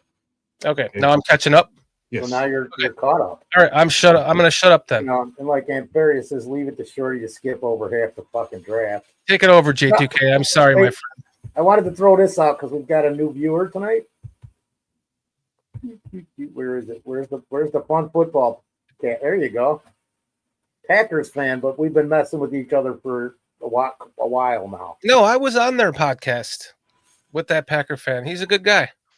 He had a lot of fun. Don't give him too much props. He had a lot of fun with them all the time. Welcome, sir. Welcome. Thanks for joining us, Thanks man. for popping in, Fun Football Podcast. I can't remember his name. So. Howie R. Bears. I don't remember seeing you before, so thank you for joining us. New Harper, I think I remember you, so thank you for joining us again. Of course, everyone else, love you guys. Appreciate you. Thank you. Sorry, JTK. Take it over. Oh, actually, PJ's got the lead on this one. Okay. So we're moving on to Ruben Hippolyte, drafted in the 4th round, if I'm not mistaken. What do you got, Foster? You're great. Was unaware of this. I might have seen this guy a little bit watching a couple of Maryland games because I don't see them a lot here. But went and did some research. Apparently, I believe this gentleman had like 15 top 30 visits. So while he might not have been on Bears fans' radars, he was definitely on other teams' radars because I just thought, why are we taking him here at this spot? I thought he was going to be a little later in the draft, just again from a name looking at a couple different boards. But apparently he was on the radar of other teams. I gave this a B+ because I saw some highlights. I know the guy's a captain. I know he's a team leader. He's going to be a positive in the clubhouse. But again, I got to see stuff in action on the field. You know how I was with Sanborn, man. That was my guy from prior to the draft. He came out. I'm like, this guy's going to be good. Somebody better grab him. I wanted the Bears to get him. I was shocked when we actually got Sanborn. But J2K is going to give us more information on this player, and that's what I need to hear again because all the stuff that we did during the draft while we're doing this and looking at players the night after and then coming back to see them. I've forgotten some of what I said and some of what I felt because so many things have happened between them for me. So I'm just trying to do the best I can and just be honest with where I'm at today with my grade. And it's another B-. Show me. Every one of you guys, show me. Even some of the damn players that are on the team, they got to show me more. J2K. So I got to give this pick a C, and that's just because I'm not really understanding why pick him this early. All right, so let me just back up and get into the player that I see. So speed linebacker looks like a weak side linebacker to me in this system. I know they wanted to get more speed. I think there's also a double need at getting improving the gunner position on special teams. And I think like this 4-3 linebacker, 4-4-2 linebacker as a gunner on special teams is valuable. So I do see that. That tends to be the case like around the 5th round. You start taking gunners and stuff like that. The production wasn't there at Maryland. So that's a little bit of a questionable pick because production tends to be a key indicator of success in the NFL. So I see a very traits driven prospect that when they brought into the building, they absolutely fell in love with. Now, I think he's got a great football mind from what I've heard. He's got great character from what I've heard. So I think they really overvalued the pick, drafting him at 132 overall, but they also might have hit on a gem that the media, fans, or other draft analysts just didn't catch on because they're not doing interviews with these players. So it's a head scratcher to me, and I'm just going to kind of sit back and just say it's a C, just right in the middle of the road, and I need to understand why this pick was considered to be the 132nd player of the NFL draft. Before I get to you, Shorty, Carl, can you give us yours? Oh, I mean, it's just going to be rehashing from the video I did, right? In short, you're drafting a player for his traits because he's fast. He's not going to supplant either of the linebackers on this depth chart, and I think you reached for it. If I had to give it a grade, I would give it a D+. Okay. Shorty? Pete, the only reason I gave him a B- was because of his speed, because that's his best asset. Okay. Shorty, I can't see you, man. Everything J2K just said. Okay. C. I give him a C. Foster, I can see the B- because of the special teams value potentially, and that's kind of goes a little bit along to what I just said about how I think they drafted exactly what they needed. Like they filled position, they filled needs, they filled holes, and this guy, and I love that they went speed, and I can't. I don't think he's going to be a starter. Why am I frozen? Am I frozen to you guys? Yeah, you're not moving. Yes. What if you turn your camera off on StreamYard and turn it back on? Still frozen. Oh, no. That's crazy. All right, so you can hear me though, right? Yes. Yeah. All right, so speed. I love the speed. He said he loves to play special teams. He's good at it. So I a C for me, only because I would like to see if he would have been a player that could develop into a starter. And I agree with exactly JT. I don't know if we can trust that he can. So he just might be a special teams player. But if he fills that gunner spot and does a great job at it, he was a great pick, right? I mean, if we're talking about this guy, like we were talking about special teams players, gunners in the past, Ian Bendejo.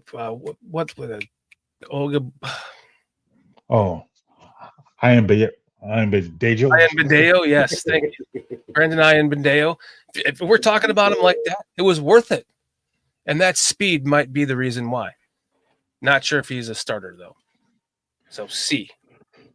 So my grade starting off with him is a C. I like his speed, a little bit on the short side. He kind of reminds me of a player that Dennis Allen drafted in New Orleans, being Davis. A little bit shorter than Davis, but I'm looking at that because I think he's more of the type that Dennis Allen likes as opposed to our current middle linebacker in Edmonds. So I can see him as a possible replacement for Edmonds, because Edmonds I don't think is really a fit for what Dennis Allen wants. Is he a perfect fit?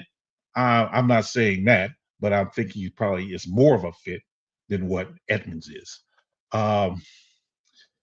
Yeah, drafting him because, yeah, I heard what Foster said. He had 15, 30 visits, but in the fourth round, that's a little bit rich for me. That's what we So that's why I'm like, it's a C.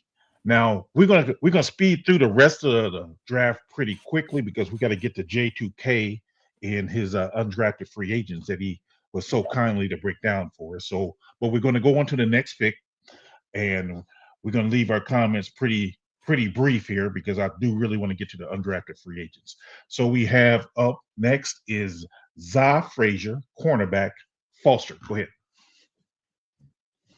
I actually like this pick. I was uncertain until I went and looked at it. I'm going to give this pick a B. There's more to it than met my eyes originally. Let's see what this is this the guy that took? No, it's not. I'm thinking the wrong draft, the wrong player. So Zay Frazier. I'm going to give it a B. I'll let you guys talk because I forgot. I'm mixing two guys up right now in our draft. So go. I shouldn't even be going first, dude. But go ahead, somebody else. Yeah, I'm lockstep. B. I mean, he has the potential to simply replace Jalen Jones, right? That's all I've got. Okay, JTK. I give it a B because of the fifth round to get a player with those kind of traits is really special. He also sounds like a really good kid. His closing speed is incredibly impressive.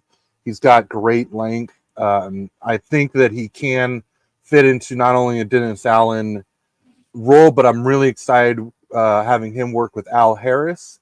And he's also another guy who is probably a gunner candidate because of his speed. Shorty. You're up top, so it's hard for us to see what you got. See that. But what's the grade? You're gonna hold that up every time.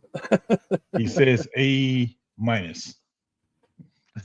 That now I remember. Thank you, J2K, because that was one thing I really liked. Sorry, I was muted. Sorry. Yeah, everything J2K said, but an A-. And the A- comes from I would love to see what he could do as a punt returner, and I also love to see what he can develop into with his height and speed as a corner, because he could be breaking the mold a little bit on that thin frame, speed, the kind of player that future teams are looking for. Like, a lot of teams are looking for what's his name from Seattle, the big type corner. Richard Sherman. Yeah, his height, but not as thin as that guy. But I'm just saying, like, this guy has potential to be good. From what I see, he looks like a ball hawk. Okay. He's got good. Actually, he fits Tyreek Woolen from Seattle, the cornerback, who is he was drafted in the 5th round, Good oddly call. enough, Tyreek and became Woolen. a Pro Bowl his rookie year. He said the same thing, did J2K? Tyreek, New Harper said the same thing as you with the Tyreek Woolen comparison. It's almost like a clone of a player. Yeah. But I mean, Frazier excites me. Yeah, he's one of those players that you need on your team that just that's the guy that gives you hope and you root for, right? And he's already in that wheelhouse for me. PJ, grade. Said it earlier. His speed. Go watch his film. Go look at the game against Golden. He shut him down. His closing speed is phenomenal, and when he does misstep, his recovery speed is unbelievable. Just go watch the film. I'm remembering now. 1000%. Grade. I would say my grade for him is a B. I like his height.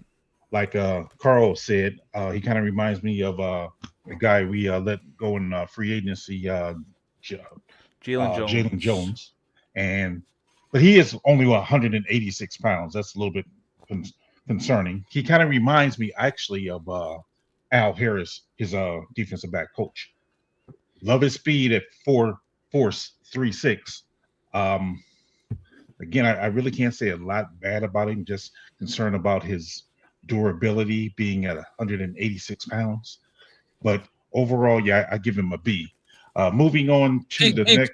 Pete, really quick. He like Nathan Vasher. I remember this very specifically. He went from like 2005 to 2006, or maybe 6 to 7. One frame, and the next year it looked like he was on steroids. And that was when he was like a little bit bigger of a hitter, but he lost a step and a half in his speed. He was only 5'9". This guy with that speed and that height, if he added 10 pounds to his frame, he wouldn't lose as much speed. He'd still be a 4.4 guy. So, yeah. All right, just saying, yeah. Yeah, I mean, I think it was you, Shorty, or I think it was you brought up the punt return to somebody. But as far as punt return, I'm just going to sidetrack real quick. I see that Burton did some punt returns, so he's a possible punt return for us. Luther Burden would be the ideal punt returner for this roster. Yes, but I know we have a Pro Bowler in Duvernay or whatever his name is. Burden was his high school punter. Oh wow! Okay. Yeah. Talking about a talented kid. So if we needed a punter, he can back us up. Punter. Okay. All right. Moving on to the next. Foster, we have up here from Bloomfield Mills, Michigan, Luke Newman. What's your grade? Muted, Foster. Coming in Tooch. Luke Newman, I totally was lost there, if not for Greg Gabriel. And then who did he was it Carter that he shut down? Pretty good. From Penn State. Anybody remember? No? Am I thinking of it right? Guy. Sounds good to me. Okay. You're talking about the interior guy. Yeah, that guy. Yeah. Here's another guy, at this point in the draft. Mason Graham. I had other guys that I thought I would take, but again, and we talked about this during the draft, these guys got to be getting the guys that they feel they need for these positions to fill the position. So I'm gonna give it a C+, but I think there's more to this pick than meets the eye. Look at his RAS numbers. Look at his 10-yard split. I'm sure J2K, you guys got more information on it. I'm just not. Okay. Carl. Now hold on, Foster. What's your grade on this pick? I gave him a C+. C+. I saw C+ in the chat from Shorty, so I didn't know if that's what he said. I'm drawing a blank on the grade that I gave Luke Newman, and I wanted to stay consistent with the video that I made. Not really a pick that inspires too much confidence for me. It's going to be really fun having Colson Loveland refer to Luke Newman as little bro for his entirety on this team. So that'll be really cool. I don't know, man. For what it is, I'm sure it's fine. I don't want to really give it a B, though. I'm just going to give it another C+. He's a Jag until he's not, right? He's just another guy until he proves he isn't. So that's what it was, Carl. He Mason Graham, the Michigan game. Sure, I'm sure he did, New Harper, but who won those football games? So that's what matters. But yeah, to be honest, I don't know a lot about Luke Newman. When you look at this, when he goes from the most elite player at left tackle in Holy Cross to a guard in the Big Ten, again, not something that inspires a lot of confidence for me, but he seems to have maybe that similar mold to the guy who was drafted in the first round by the Seahawks. That crazy guy who was a day 3 pick like a couple months ago. Can't think of his name. Anyway, if he has that upside, fantastic. If not, again, he's a Jag until he's not. Nah, New Harper, you're good. You didn't hit a nerve.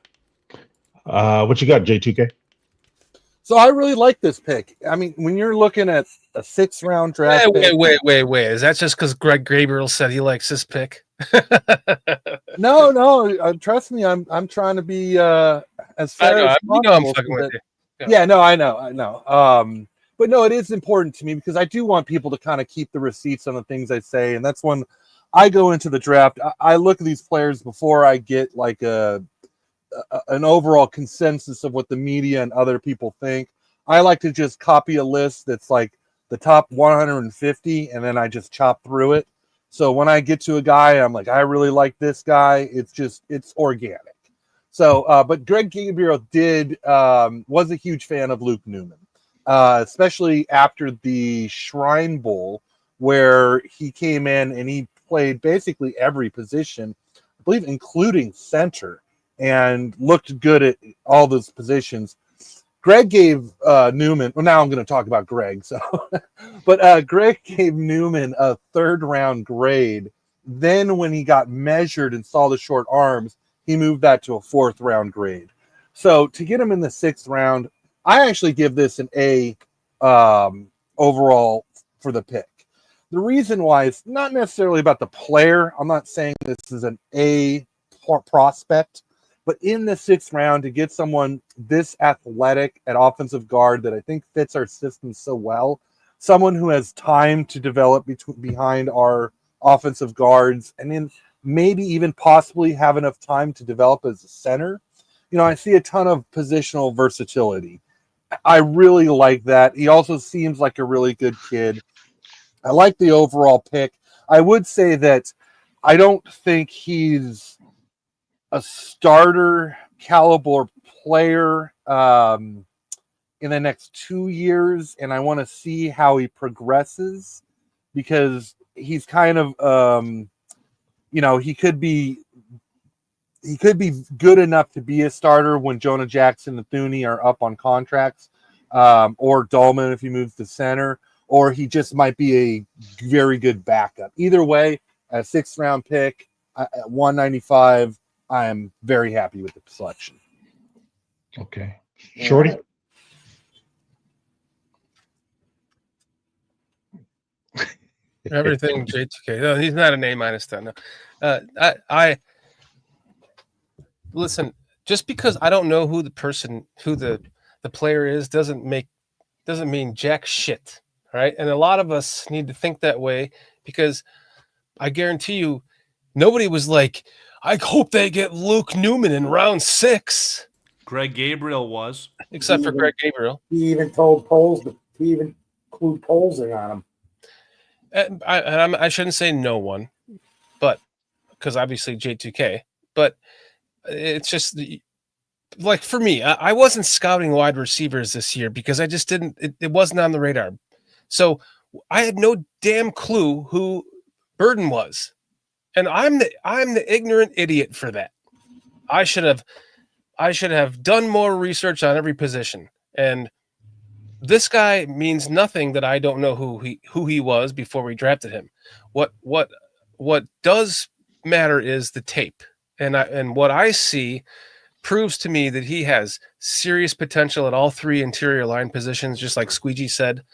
And when I texted you guys, I gave it a C+, but I just voted a B because you have to take into account the round.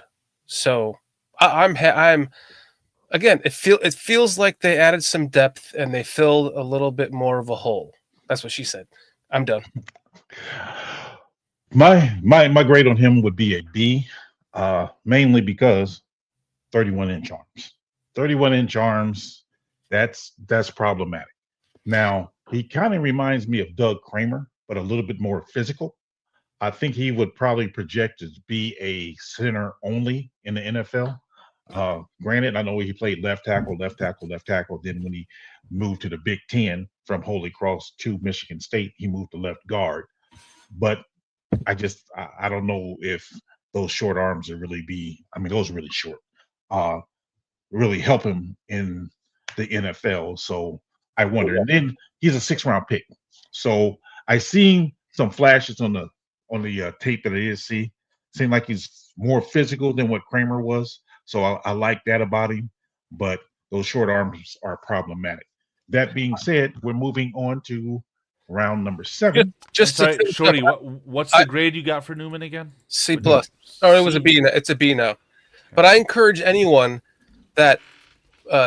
We did this during the draft. I went and had. If you have somebody else in the house, all you have to do is find that bone at the top of your shoulder and measure it down to the tip of your pinky finger, not your middle finger, your pinky finger, and that is your arm length. And I'm 6 foot. I used to be 6'2". Now I'm probably 6'1", and I have a 32 and an eighth arm length. And this dude is 6'3" in his prime, and he's got a 31. That's probably you. Probably have longer arms, Carl. Yeah, there's no chance. I've got little Donald Trump hands. I'm sure I've got short arms as well. So You might have long pinkies though. that's what she said. Let's Hey. move on. Hey, Shorty, what if that bone is shoved up all the way into your shoulder?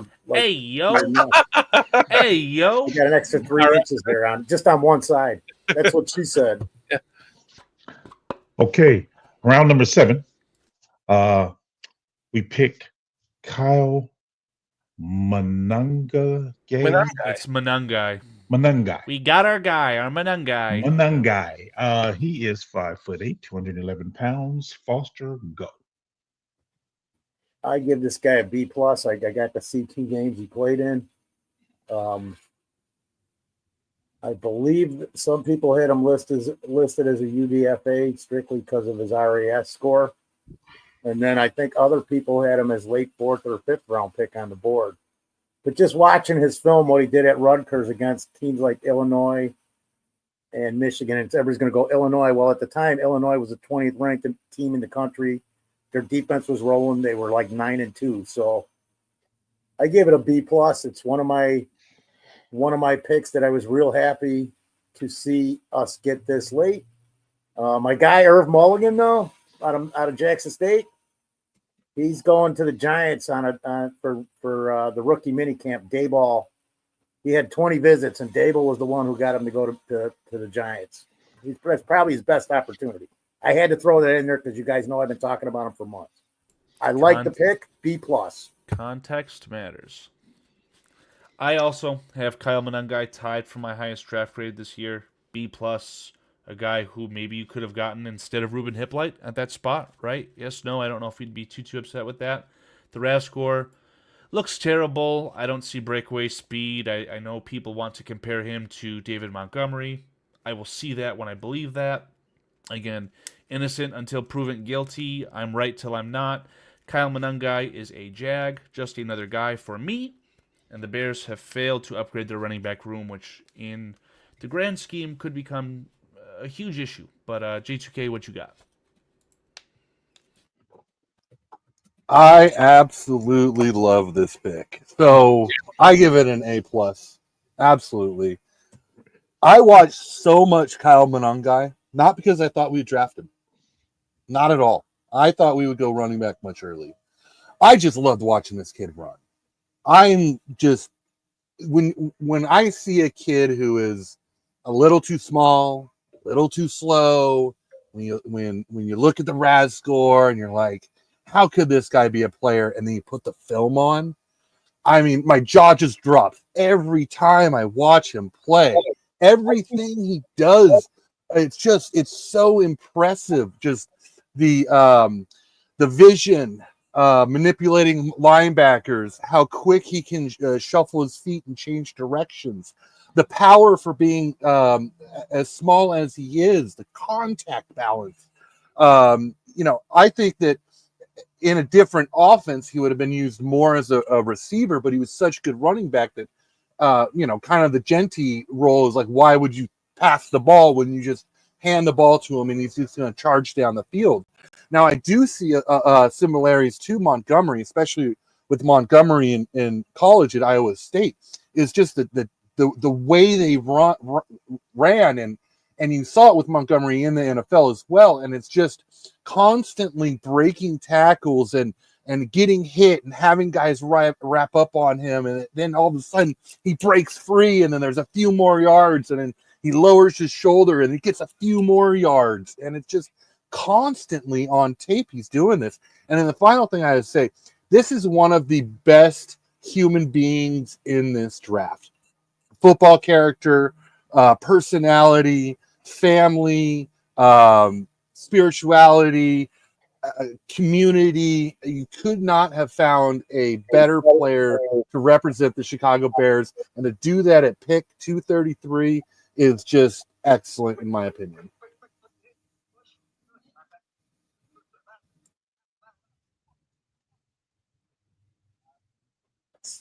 That's a great.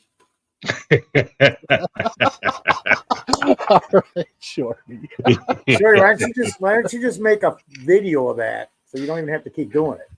Only I didn't change. I couldn't remove the minus. I'm at an A. You're at an A plus. Fuck it, A plus. Here, hold on.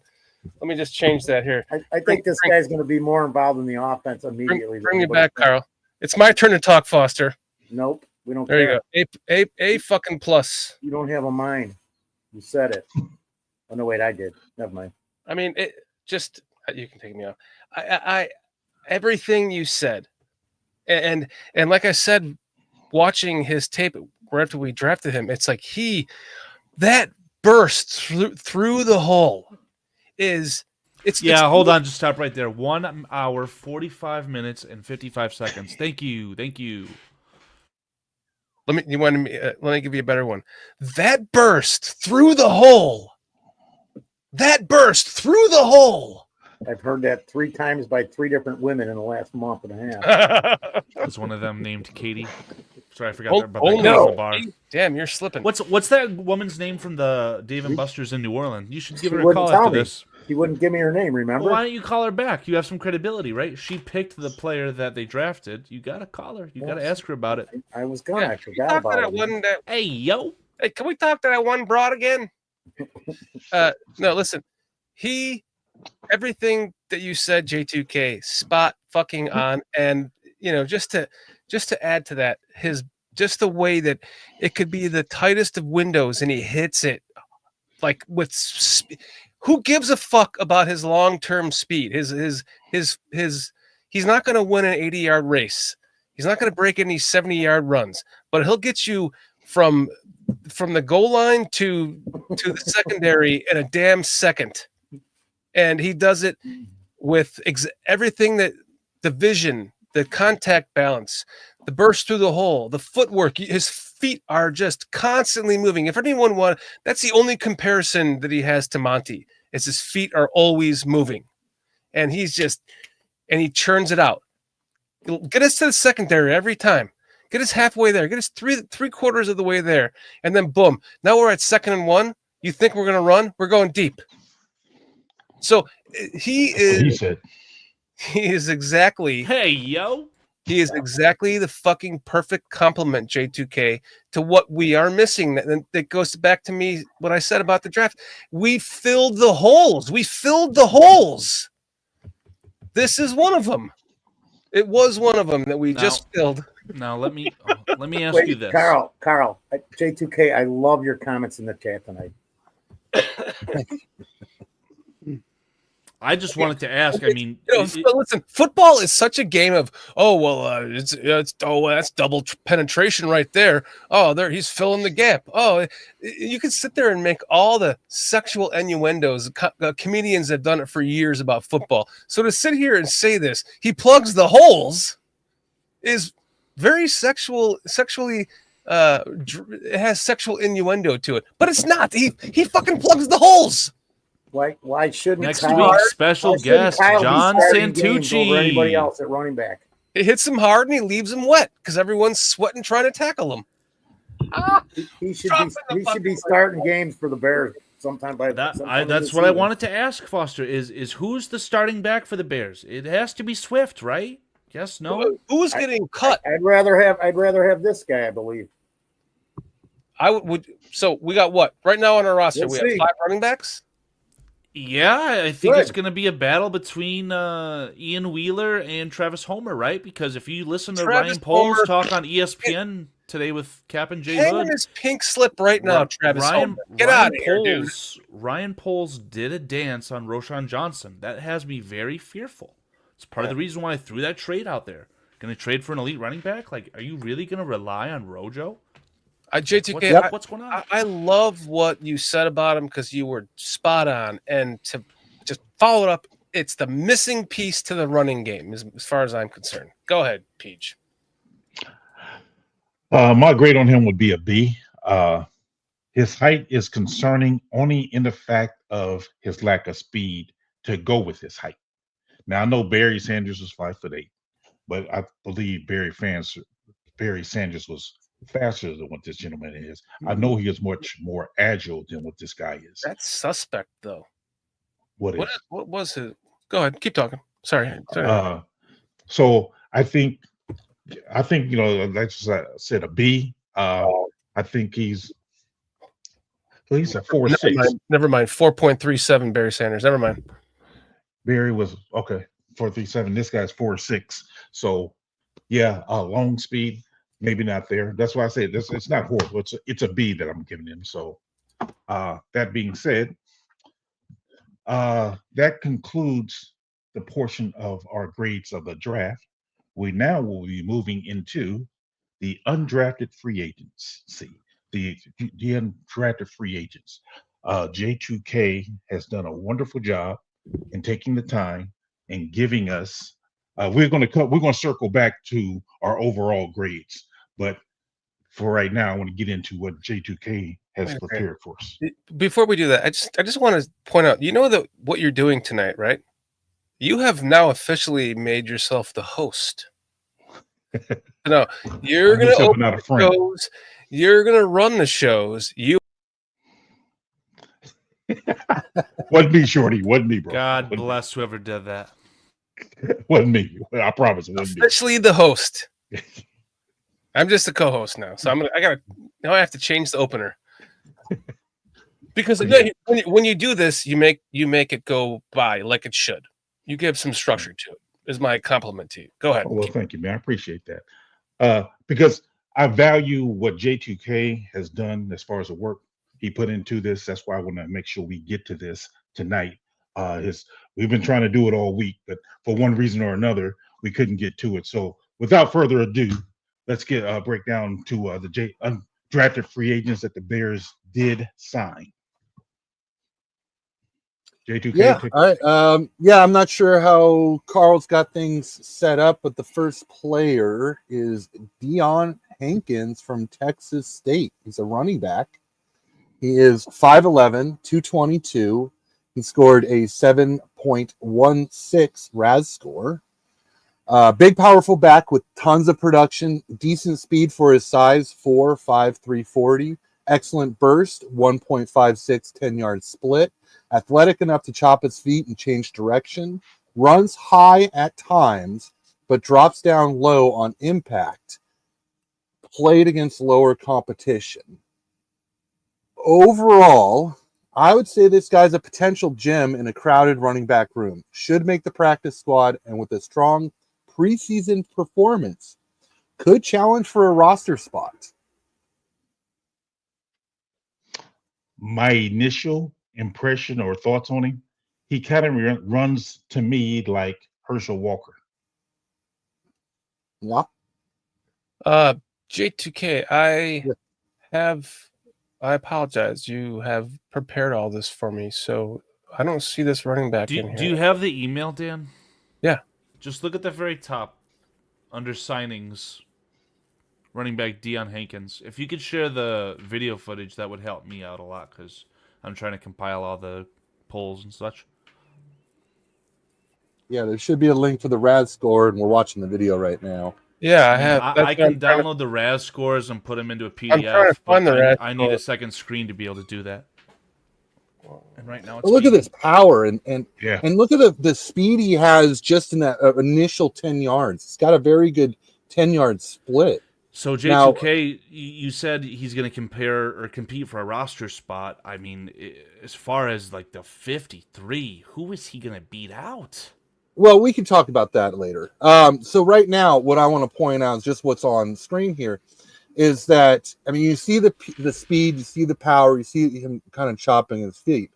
So to me, this looks like a guy who could make a spot on a team 53.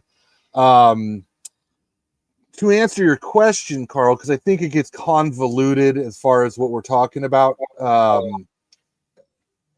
I think he can compete for a 53-man roster spot, not that he'll take one. So when we get to preseason and we're going to see Ian Wheeler, we're going to see Kyle Monangai, and we're going to see Deion Hankins, how much is Deion Hankins going to look like the lesser running back? Like, I don't think so. I think all three actually offer very good traits and potential. And it's going to be about training camp. It's going to be about preseason. That's going to determine that depth chart. He wasn't very productive once he got to Texas State. That's a bit of a knock on him because he was very productive when he was at UTEP. And it was a bit of the grass is greener on the other side, didn't actually pan out.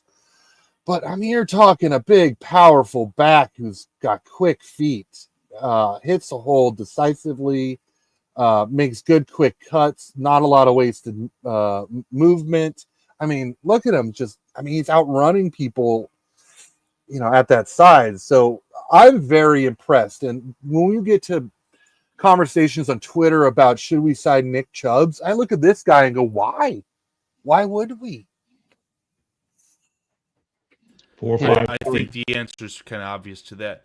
Dan, is there any way that you'd be able to share your screen of the YouTube footage? Let me see. And then just to clarify, Homer has, if we cut Homer, we owe him $1 million. I don't know if that's the too same, much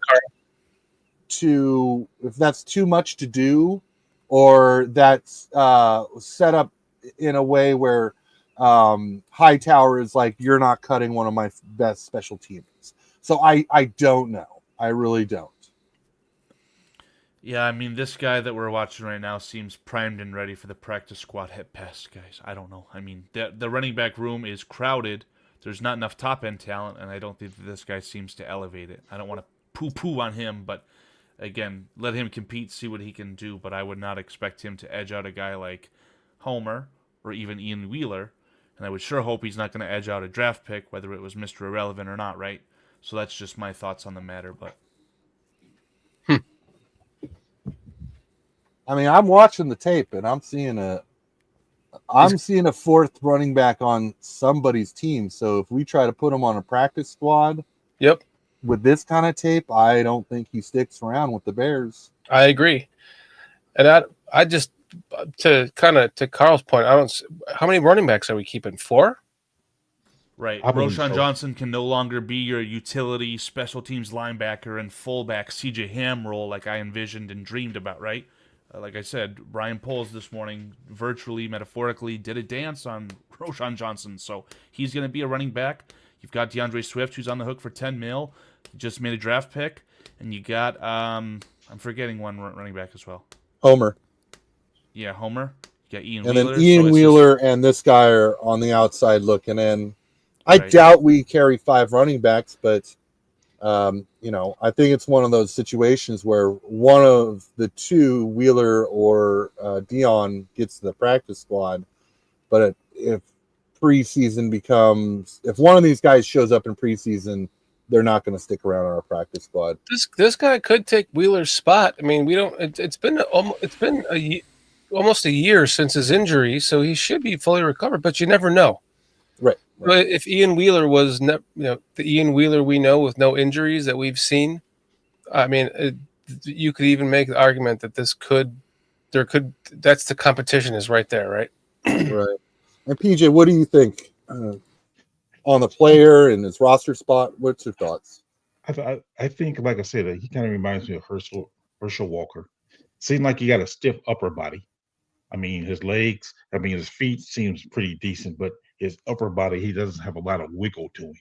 Yeah, kind of like Roshan. Yeah, so I mean, I'm thinking him and Roshan basically kind of play the same. I like, what was the speed, like 4.53. 4.53. So pretty decent speed. Roshan's speed, though, right? Yeah. So I see your point. You're trading Roshan in for a younger player, basically, right? Yeah. because I think if Wheeler's healthy, I think he's a lock given his speed. So it comes down to this guy, Travis, and probably um, Johnson, Malungai. Roshan Johnson. Oh, And Roshan. yeah, Roshan Johnson because of his concussion history. Right. Do you want to mess with that, or do you want to go with this young guy here with fresh legs and no concussion history? Pretty much the same player. In my Yeah. very unprofessional take here, I mean, I see this guy kind of approaching contact and slowing down a little bit and then like extending the arm. So his competition now, he looks fine, but is that going to hold up against big, strong, elite athletes in the NFL? I'd like to see this translate to the preseason games, right? Like you want the best players on the Chicago Bears all day and night, every day on Sunday, but I don't know, man. This I don't know. I do not know. Yeah, that's where I'm at. So, Dan, I'm going to ask you one more time. Yes, I see I am it. once again asking you. See it. It's the same video. That's why I But wasn't sure. I need my screen. So what I would love to do is this. Like this is what I would love to do is just close out of YouTube, and I've got this big white bar that says you are an editor. So I just need my extra screen for like 5-10 minutes. Could you share the next video if you could, Yes, please? Thank you. I will.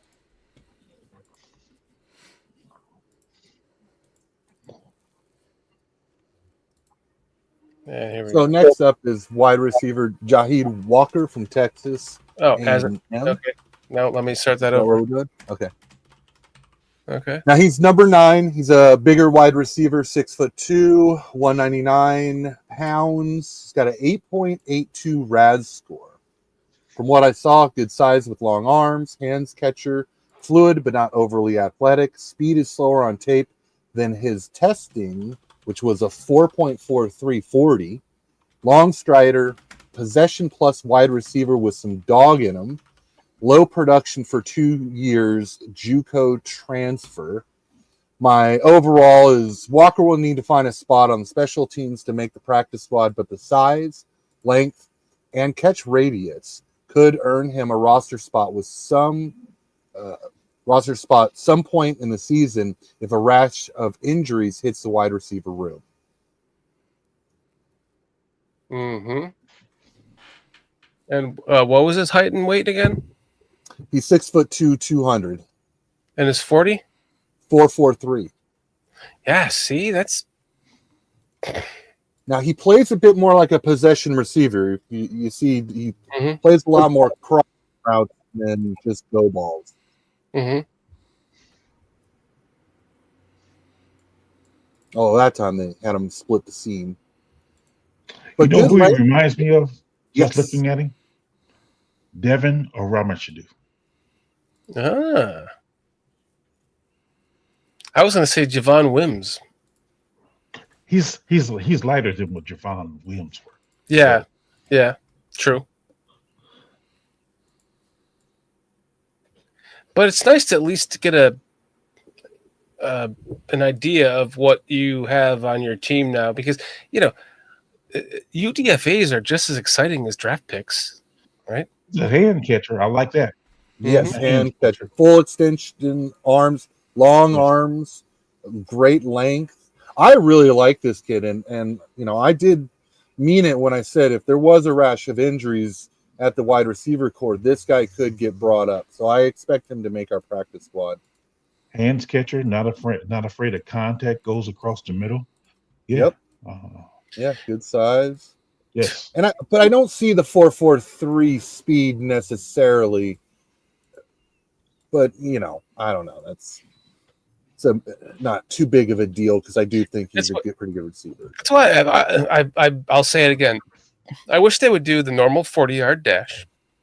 Excuse me. And then they would do a 40-yard dash from like a wide receiver position where you're lined up on the left or right side of the field or whatever.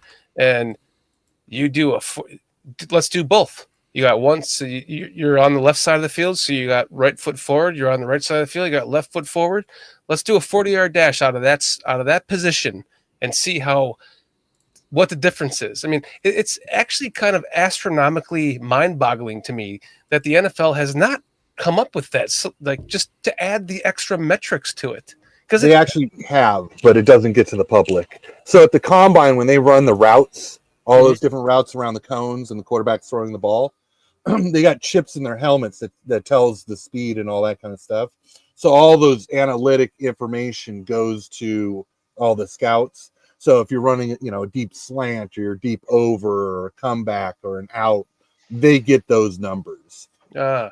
We're just so, the media is just latched onto 40 times so much that's all we talk about because we just don't have those other statistics. Because getting out of your stance at a 40, it makes all the difference. Sorry, Peach, go ahead. No, I'm just saying, I mean, when I'm looking at him, I'm looking at a very competent wide receiver who fights for contested balls. He's not afraid of contact. He catches with his hands. Tyler Scott, you better bring your A game. Because this guy is bigger, just about, a tenth of a second slower, maybe? And doggone it, people like him. My goodness, man. Look at him. I mean, he's going in there, man. He looked like a player. And he's not coming from a small school either. He's coming from, Texas A&M, is it? Yeah. Poor guy had a lefty as a quarterback, though. Sorry for all the lefties out there. My brain doesn't work. It amazes me this guy went on. You're probably a lefty, right, J2K? No. Oh, okay. I don't want to offend anybody, but left-handed quarterbacks just throw me off. They turn me upside down. Are you a lefty, PJ? My parents had 10 children. 5 of us are lefties. Are you you're a lefty? No, I'm not. Okay. How about you, Carl? You a lefty?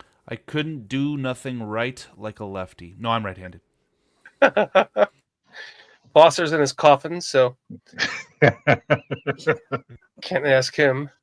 How all the lefties out there? I apologize if I'm offending you. I just like to know who in the chat is a lefty. This guy is a player. I'm liking him, J2K. Yes, yes, sir. I am. I've got, I think, 3 guys that I'm really, really high on. 4 guys I'm really high on out of this UDFA list, and this is one of them. Yeah. What do you think, Carl? Do you think this guy is showing enough talent to make the team? Oh, I'm earning my paycheck right now. I haven't even seen a lick of these highlights. I mean, a wide receiver. What do I owe you now?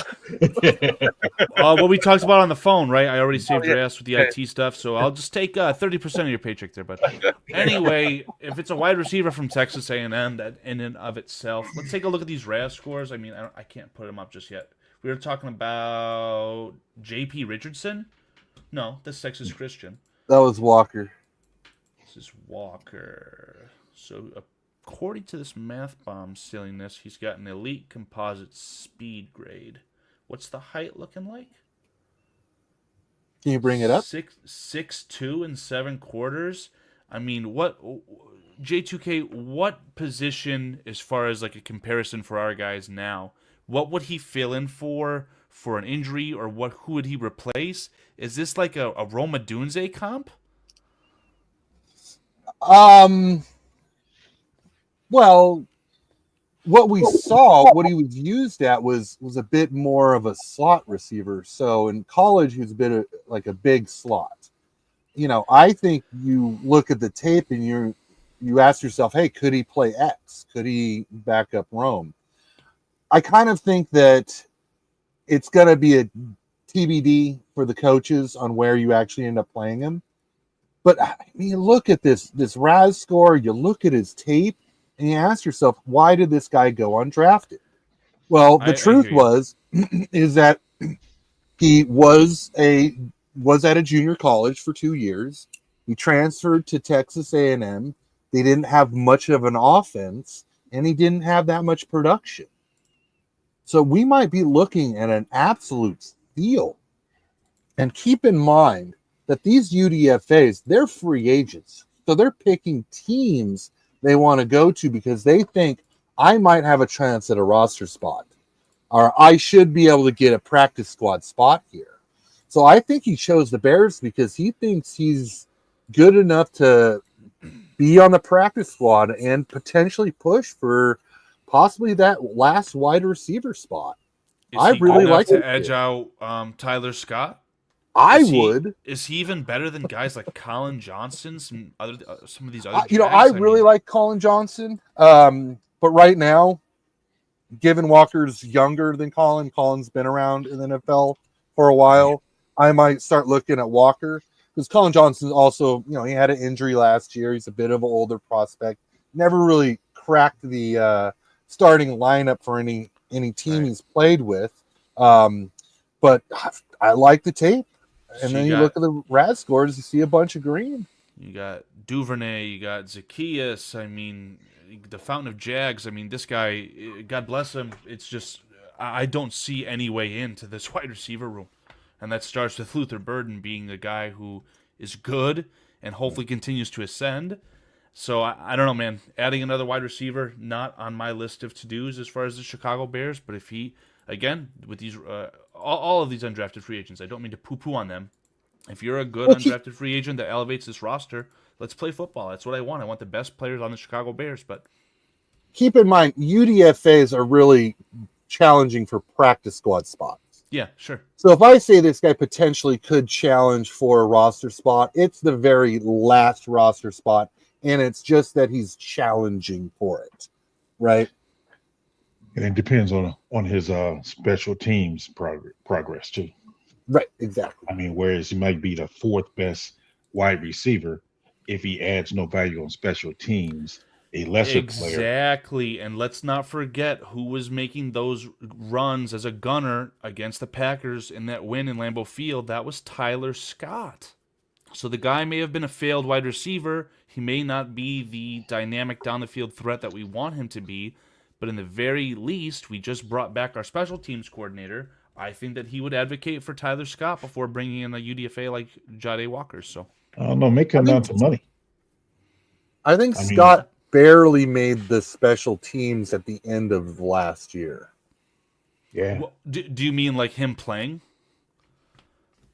Or I'm not sure what you mean. I mean, he was brought in, I believe, as a wide receiver due to his play in preseason, but he only started to get the special teams reps towards the end of the season. That's correct.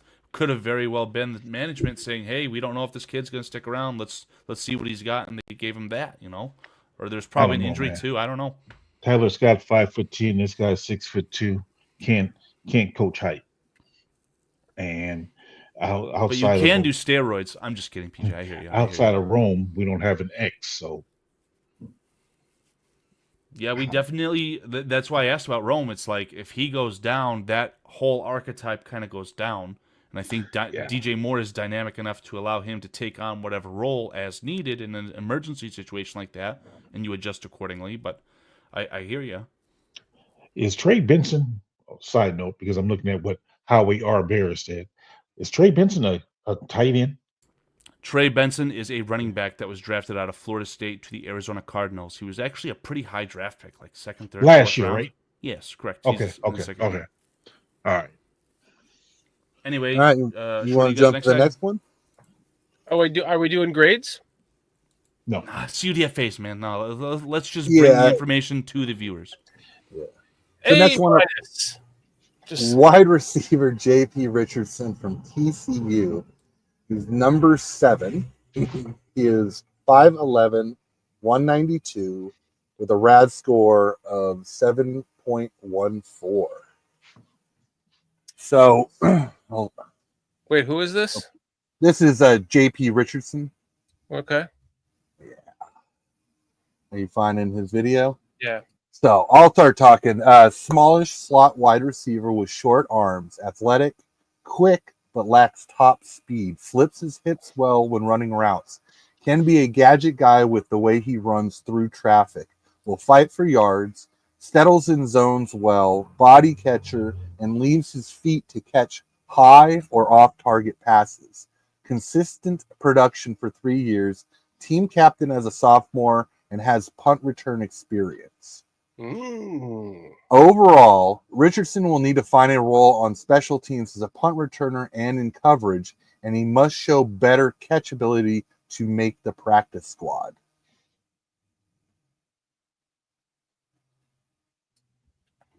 Okay. He's a little bit of a body catcher, which is a little bit of a coffin and a nail for me. Mhm. There is some slot wide receiver Ishness. style to him, yeah, that I think Ben Johnson would say, hey, that kind of fits that mold of a guy. You get him a short pass and he's going to work through traffic, pick up a couple extra yards, just like on tape here.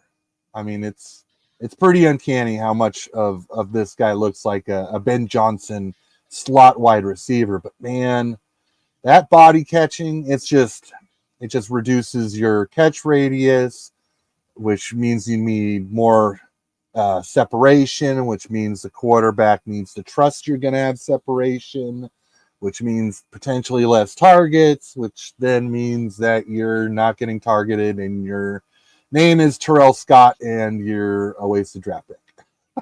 Tyler Scott, yeah. Tyler Scott, yeah. Not to just, stab a guy in the back on that one, but but see how he had to get off his feet because at 5'11" and he's not a hands catcher. Yeah, I'm not as impressed with him as I am with the other guy. And right, I can say that, yeah, it kind of reminds me a little bit of Tyler Scott. And what would be the benefit of adding him and taking away Tyler Scott? Because Tyler Scott seems to be faster than what this guy is. But as far as catching the ball, it seems like they catch the ball similarly. Right. Well, I had hope for Tyler Scott and Ben Johnson's offense until today. So, I mean, you see that, the last wide receiver Jade Walker. Yeah. Walker, yeah. You see guys like that as undrafted rookie free agents, and you're just like, well, that's got a spot on the team.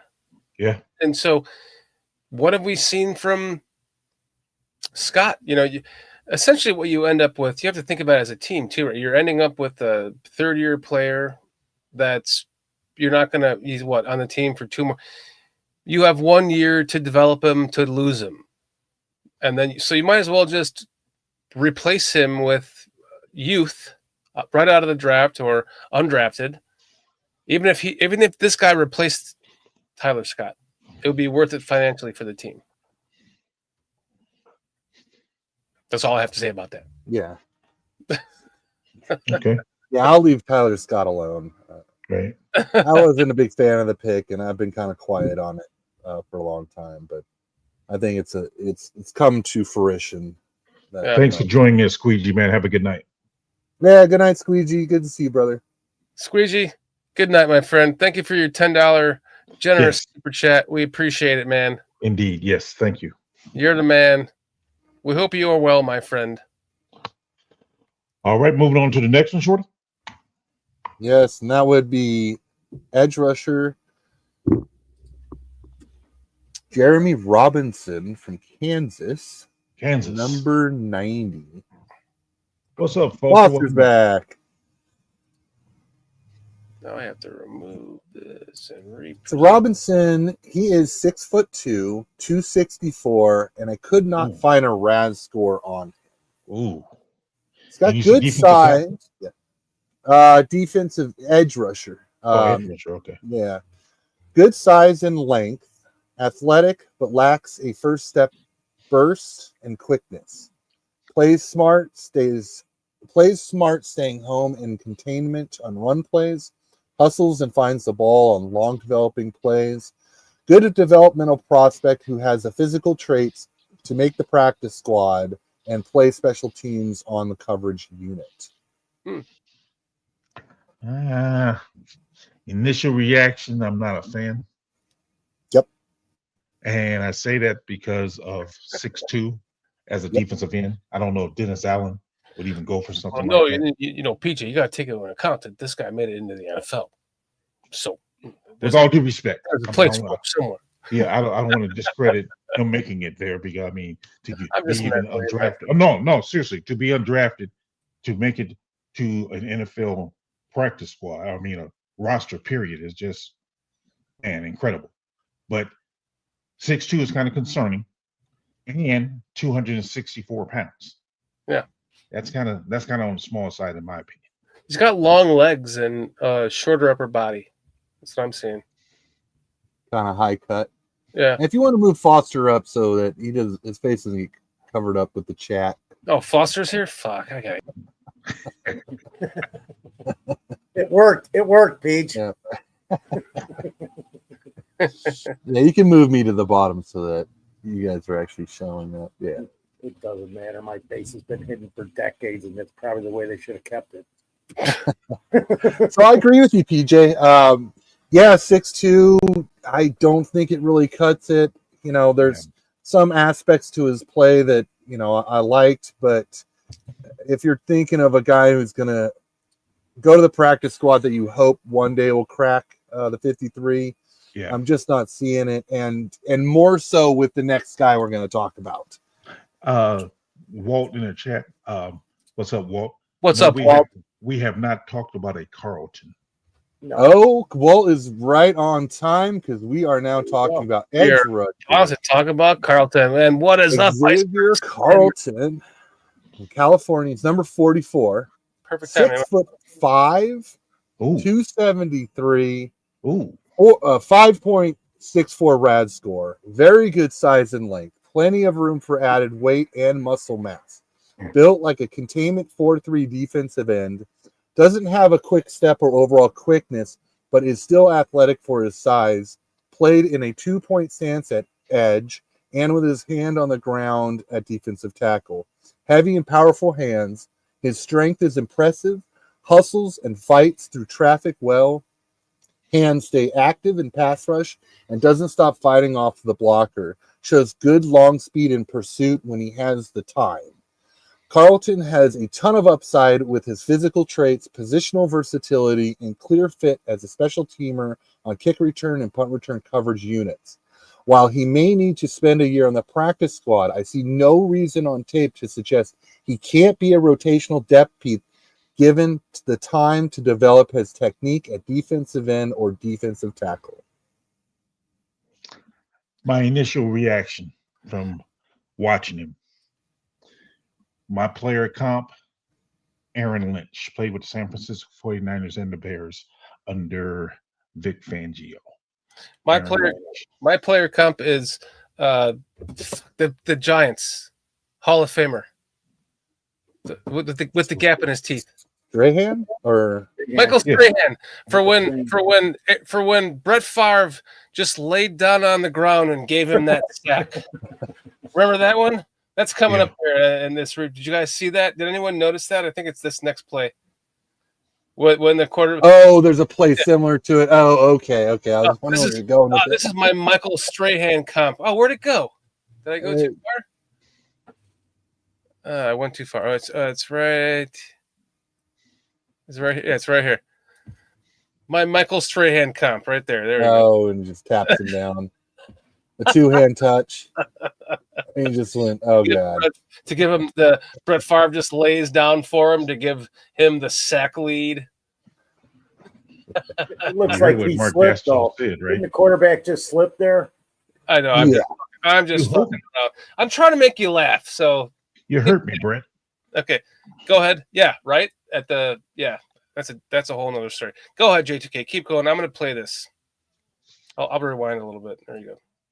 Yeah, so I mean, you see, he is a very high cut player, so you can see how long the legs are. But I mean, you know, it looks like he's got decent arm length. Although I think if we brought up the RAS score, we'd see that it's probably pretty average. But at 6'5", 273, the guy moves really well. Now he's a bit of a tweener because I'm not sure. I don't think he's got the quick step as a edge rusher to be there, and he seems like I don't know how to phrase it. As a defensive tackle, you might just say he's more of an athletic defensive tackle than kind of like a 3-tech, but I think he looks more like a 5-tech to me in a 3-4. But given time, if he can add some mass to his body, some weight, and if he can play low because he's high cut, he might end up being a rotational D tackle and an edge rusher on rundowns. He's going to be a guy that'll make the practice squad and get poached. Yep. Same with that last wide receiver. The wide receiver room's just way too full, man. That's going to be tough for either one of those guys, because I wasn't here when you guys were showing this stuff, so I thought I'd. Although I think Maurice Lester put my comments in the chat. Maurice Lester. Well, I was on the phone kind of listening and talking, so I had to tell somebody else, you know. But Walt's all over this guy. His arm length is 34 5/8. There you go. Good. His wingspan is over 85 inches as well. So it's like you're saying. I mean, I believe J2 is he needs some growth, some weight maybe, and some coaching. Yeah. I mean, the traits are there. I mean, the physical size and length and all of that. It's just, you know, I've heard some people talk about him as being a bit slow-footed, you know, off the snap. His legs look small as far as his lower legs. They look small. I don't see much muscle definition in his calves. Not that that's a telltale sign or not, but I'm not sure. I mean, I've seen, I think it was Levante Rogers in the chat says that he believes this guy is better than what Aaron Lynch was. Yeah. I'm not so sure. Only time can answer that question, maybe. True. Very true. Yeah.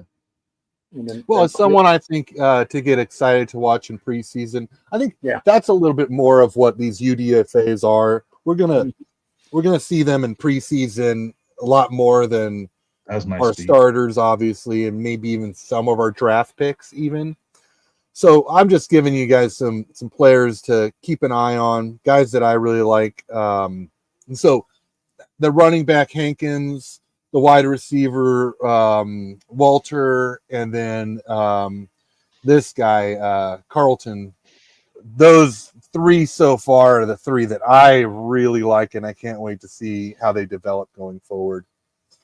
So next up, we have linebacker Power Eccles from North Carolina.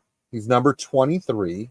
He's 5'11", 237 with a 2.60 RAS score. Now, keep in mind, that has more to do with his size than necessarily his athleticism and speed. So, short, compact built coverage linebacker, lacks athleticism but has decent speed, has a good feel for the play at hand, which keeps him in position to make plays on the ball. Overachiever with a ton of production. Eccles' lack of height, length, and athleticism will give him an uphill battle to make the practice squad, but his instincts could give him a small chance as a special teamer and fringe backup will linebacker.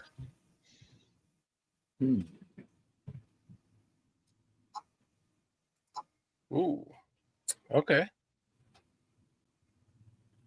You know, I mean, he's really compact, really short arms, but he's got the speed. There's a chance something happened on the YouTube side, guys. I don't know if it's down or not. What do you mean? Oh, yeah, it says that the stream is unavailable. Yeah, so we played too much footage.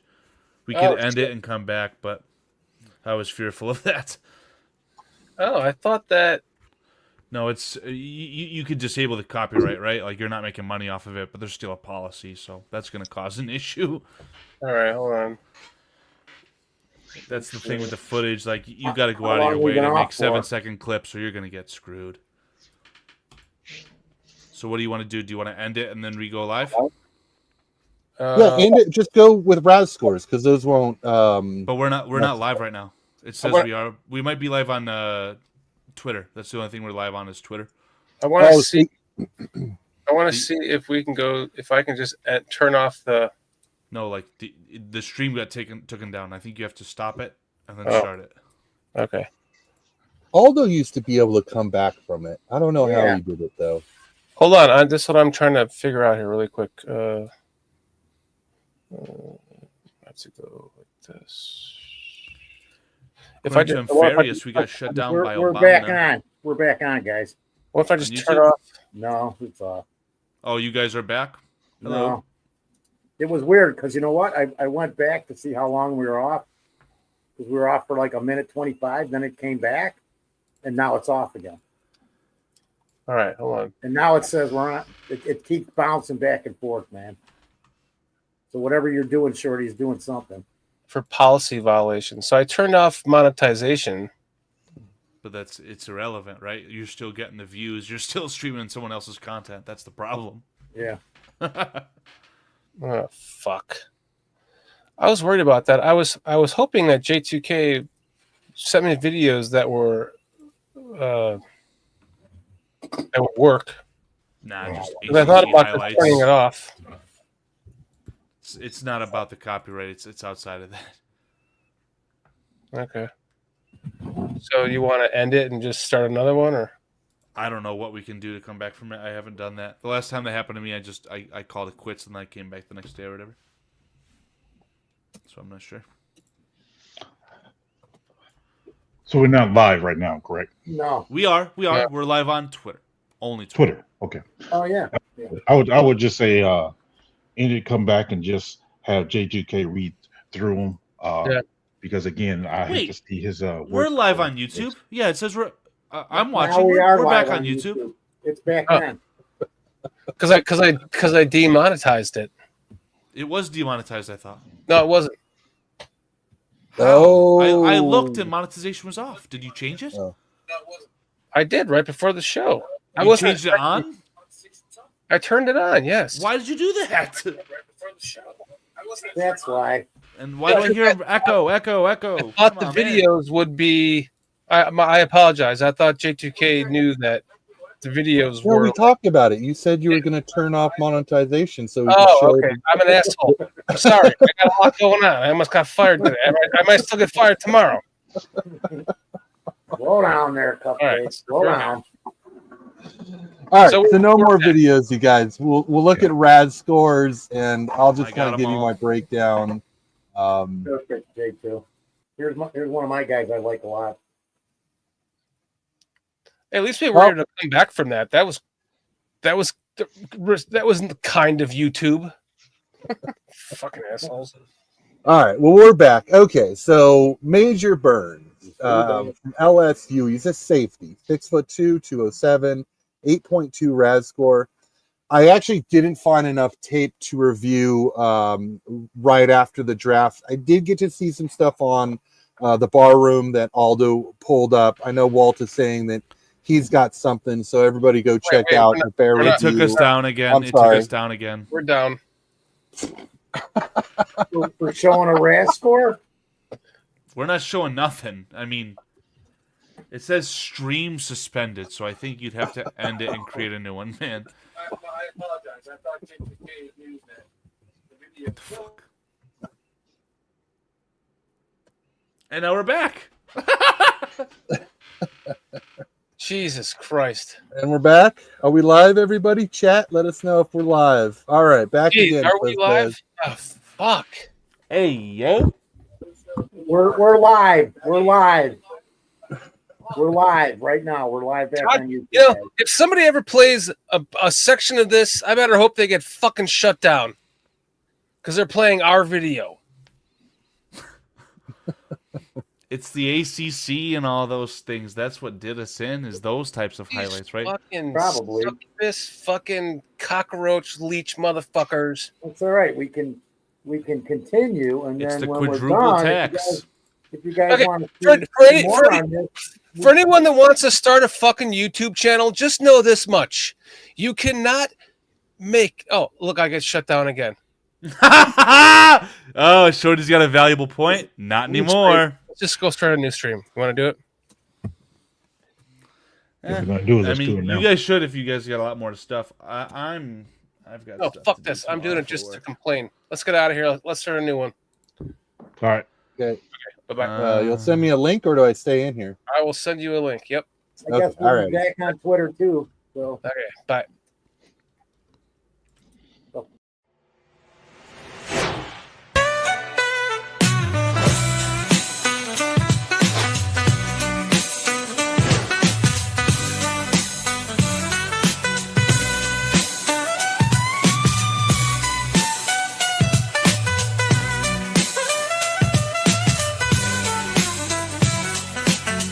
Giddy up, groove, stay.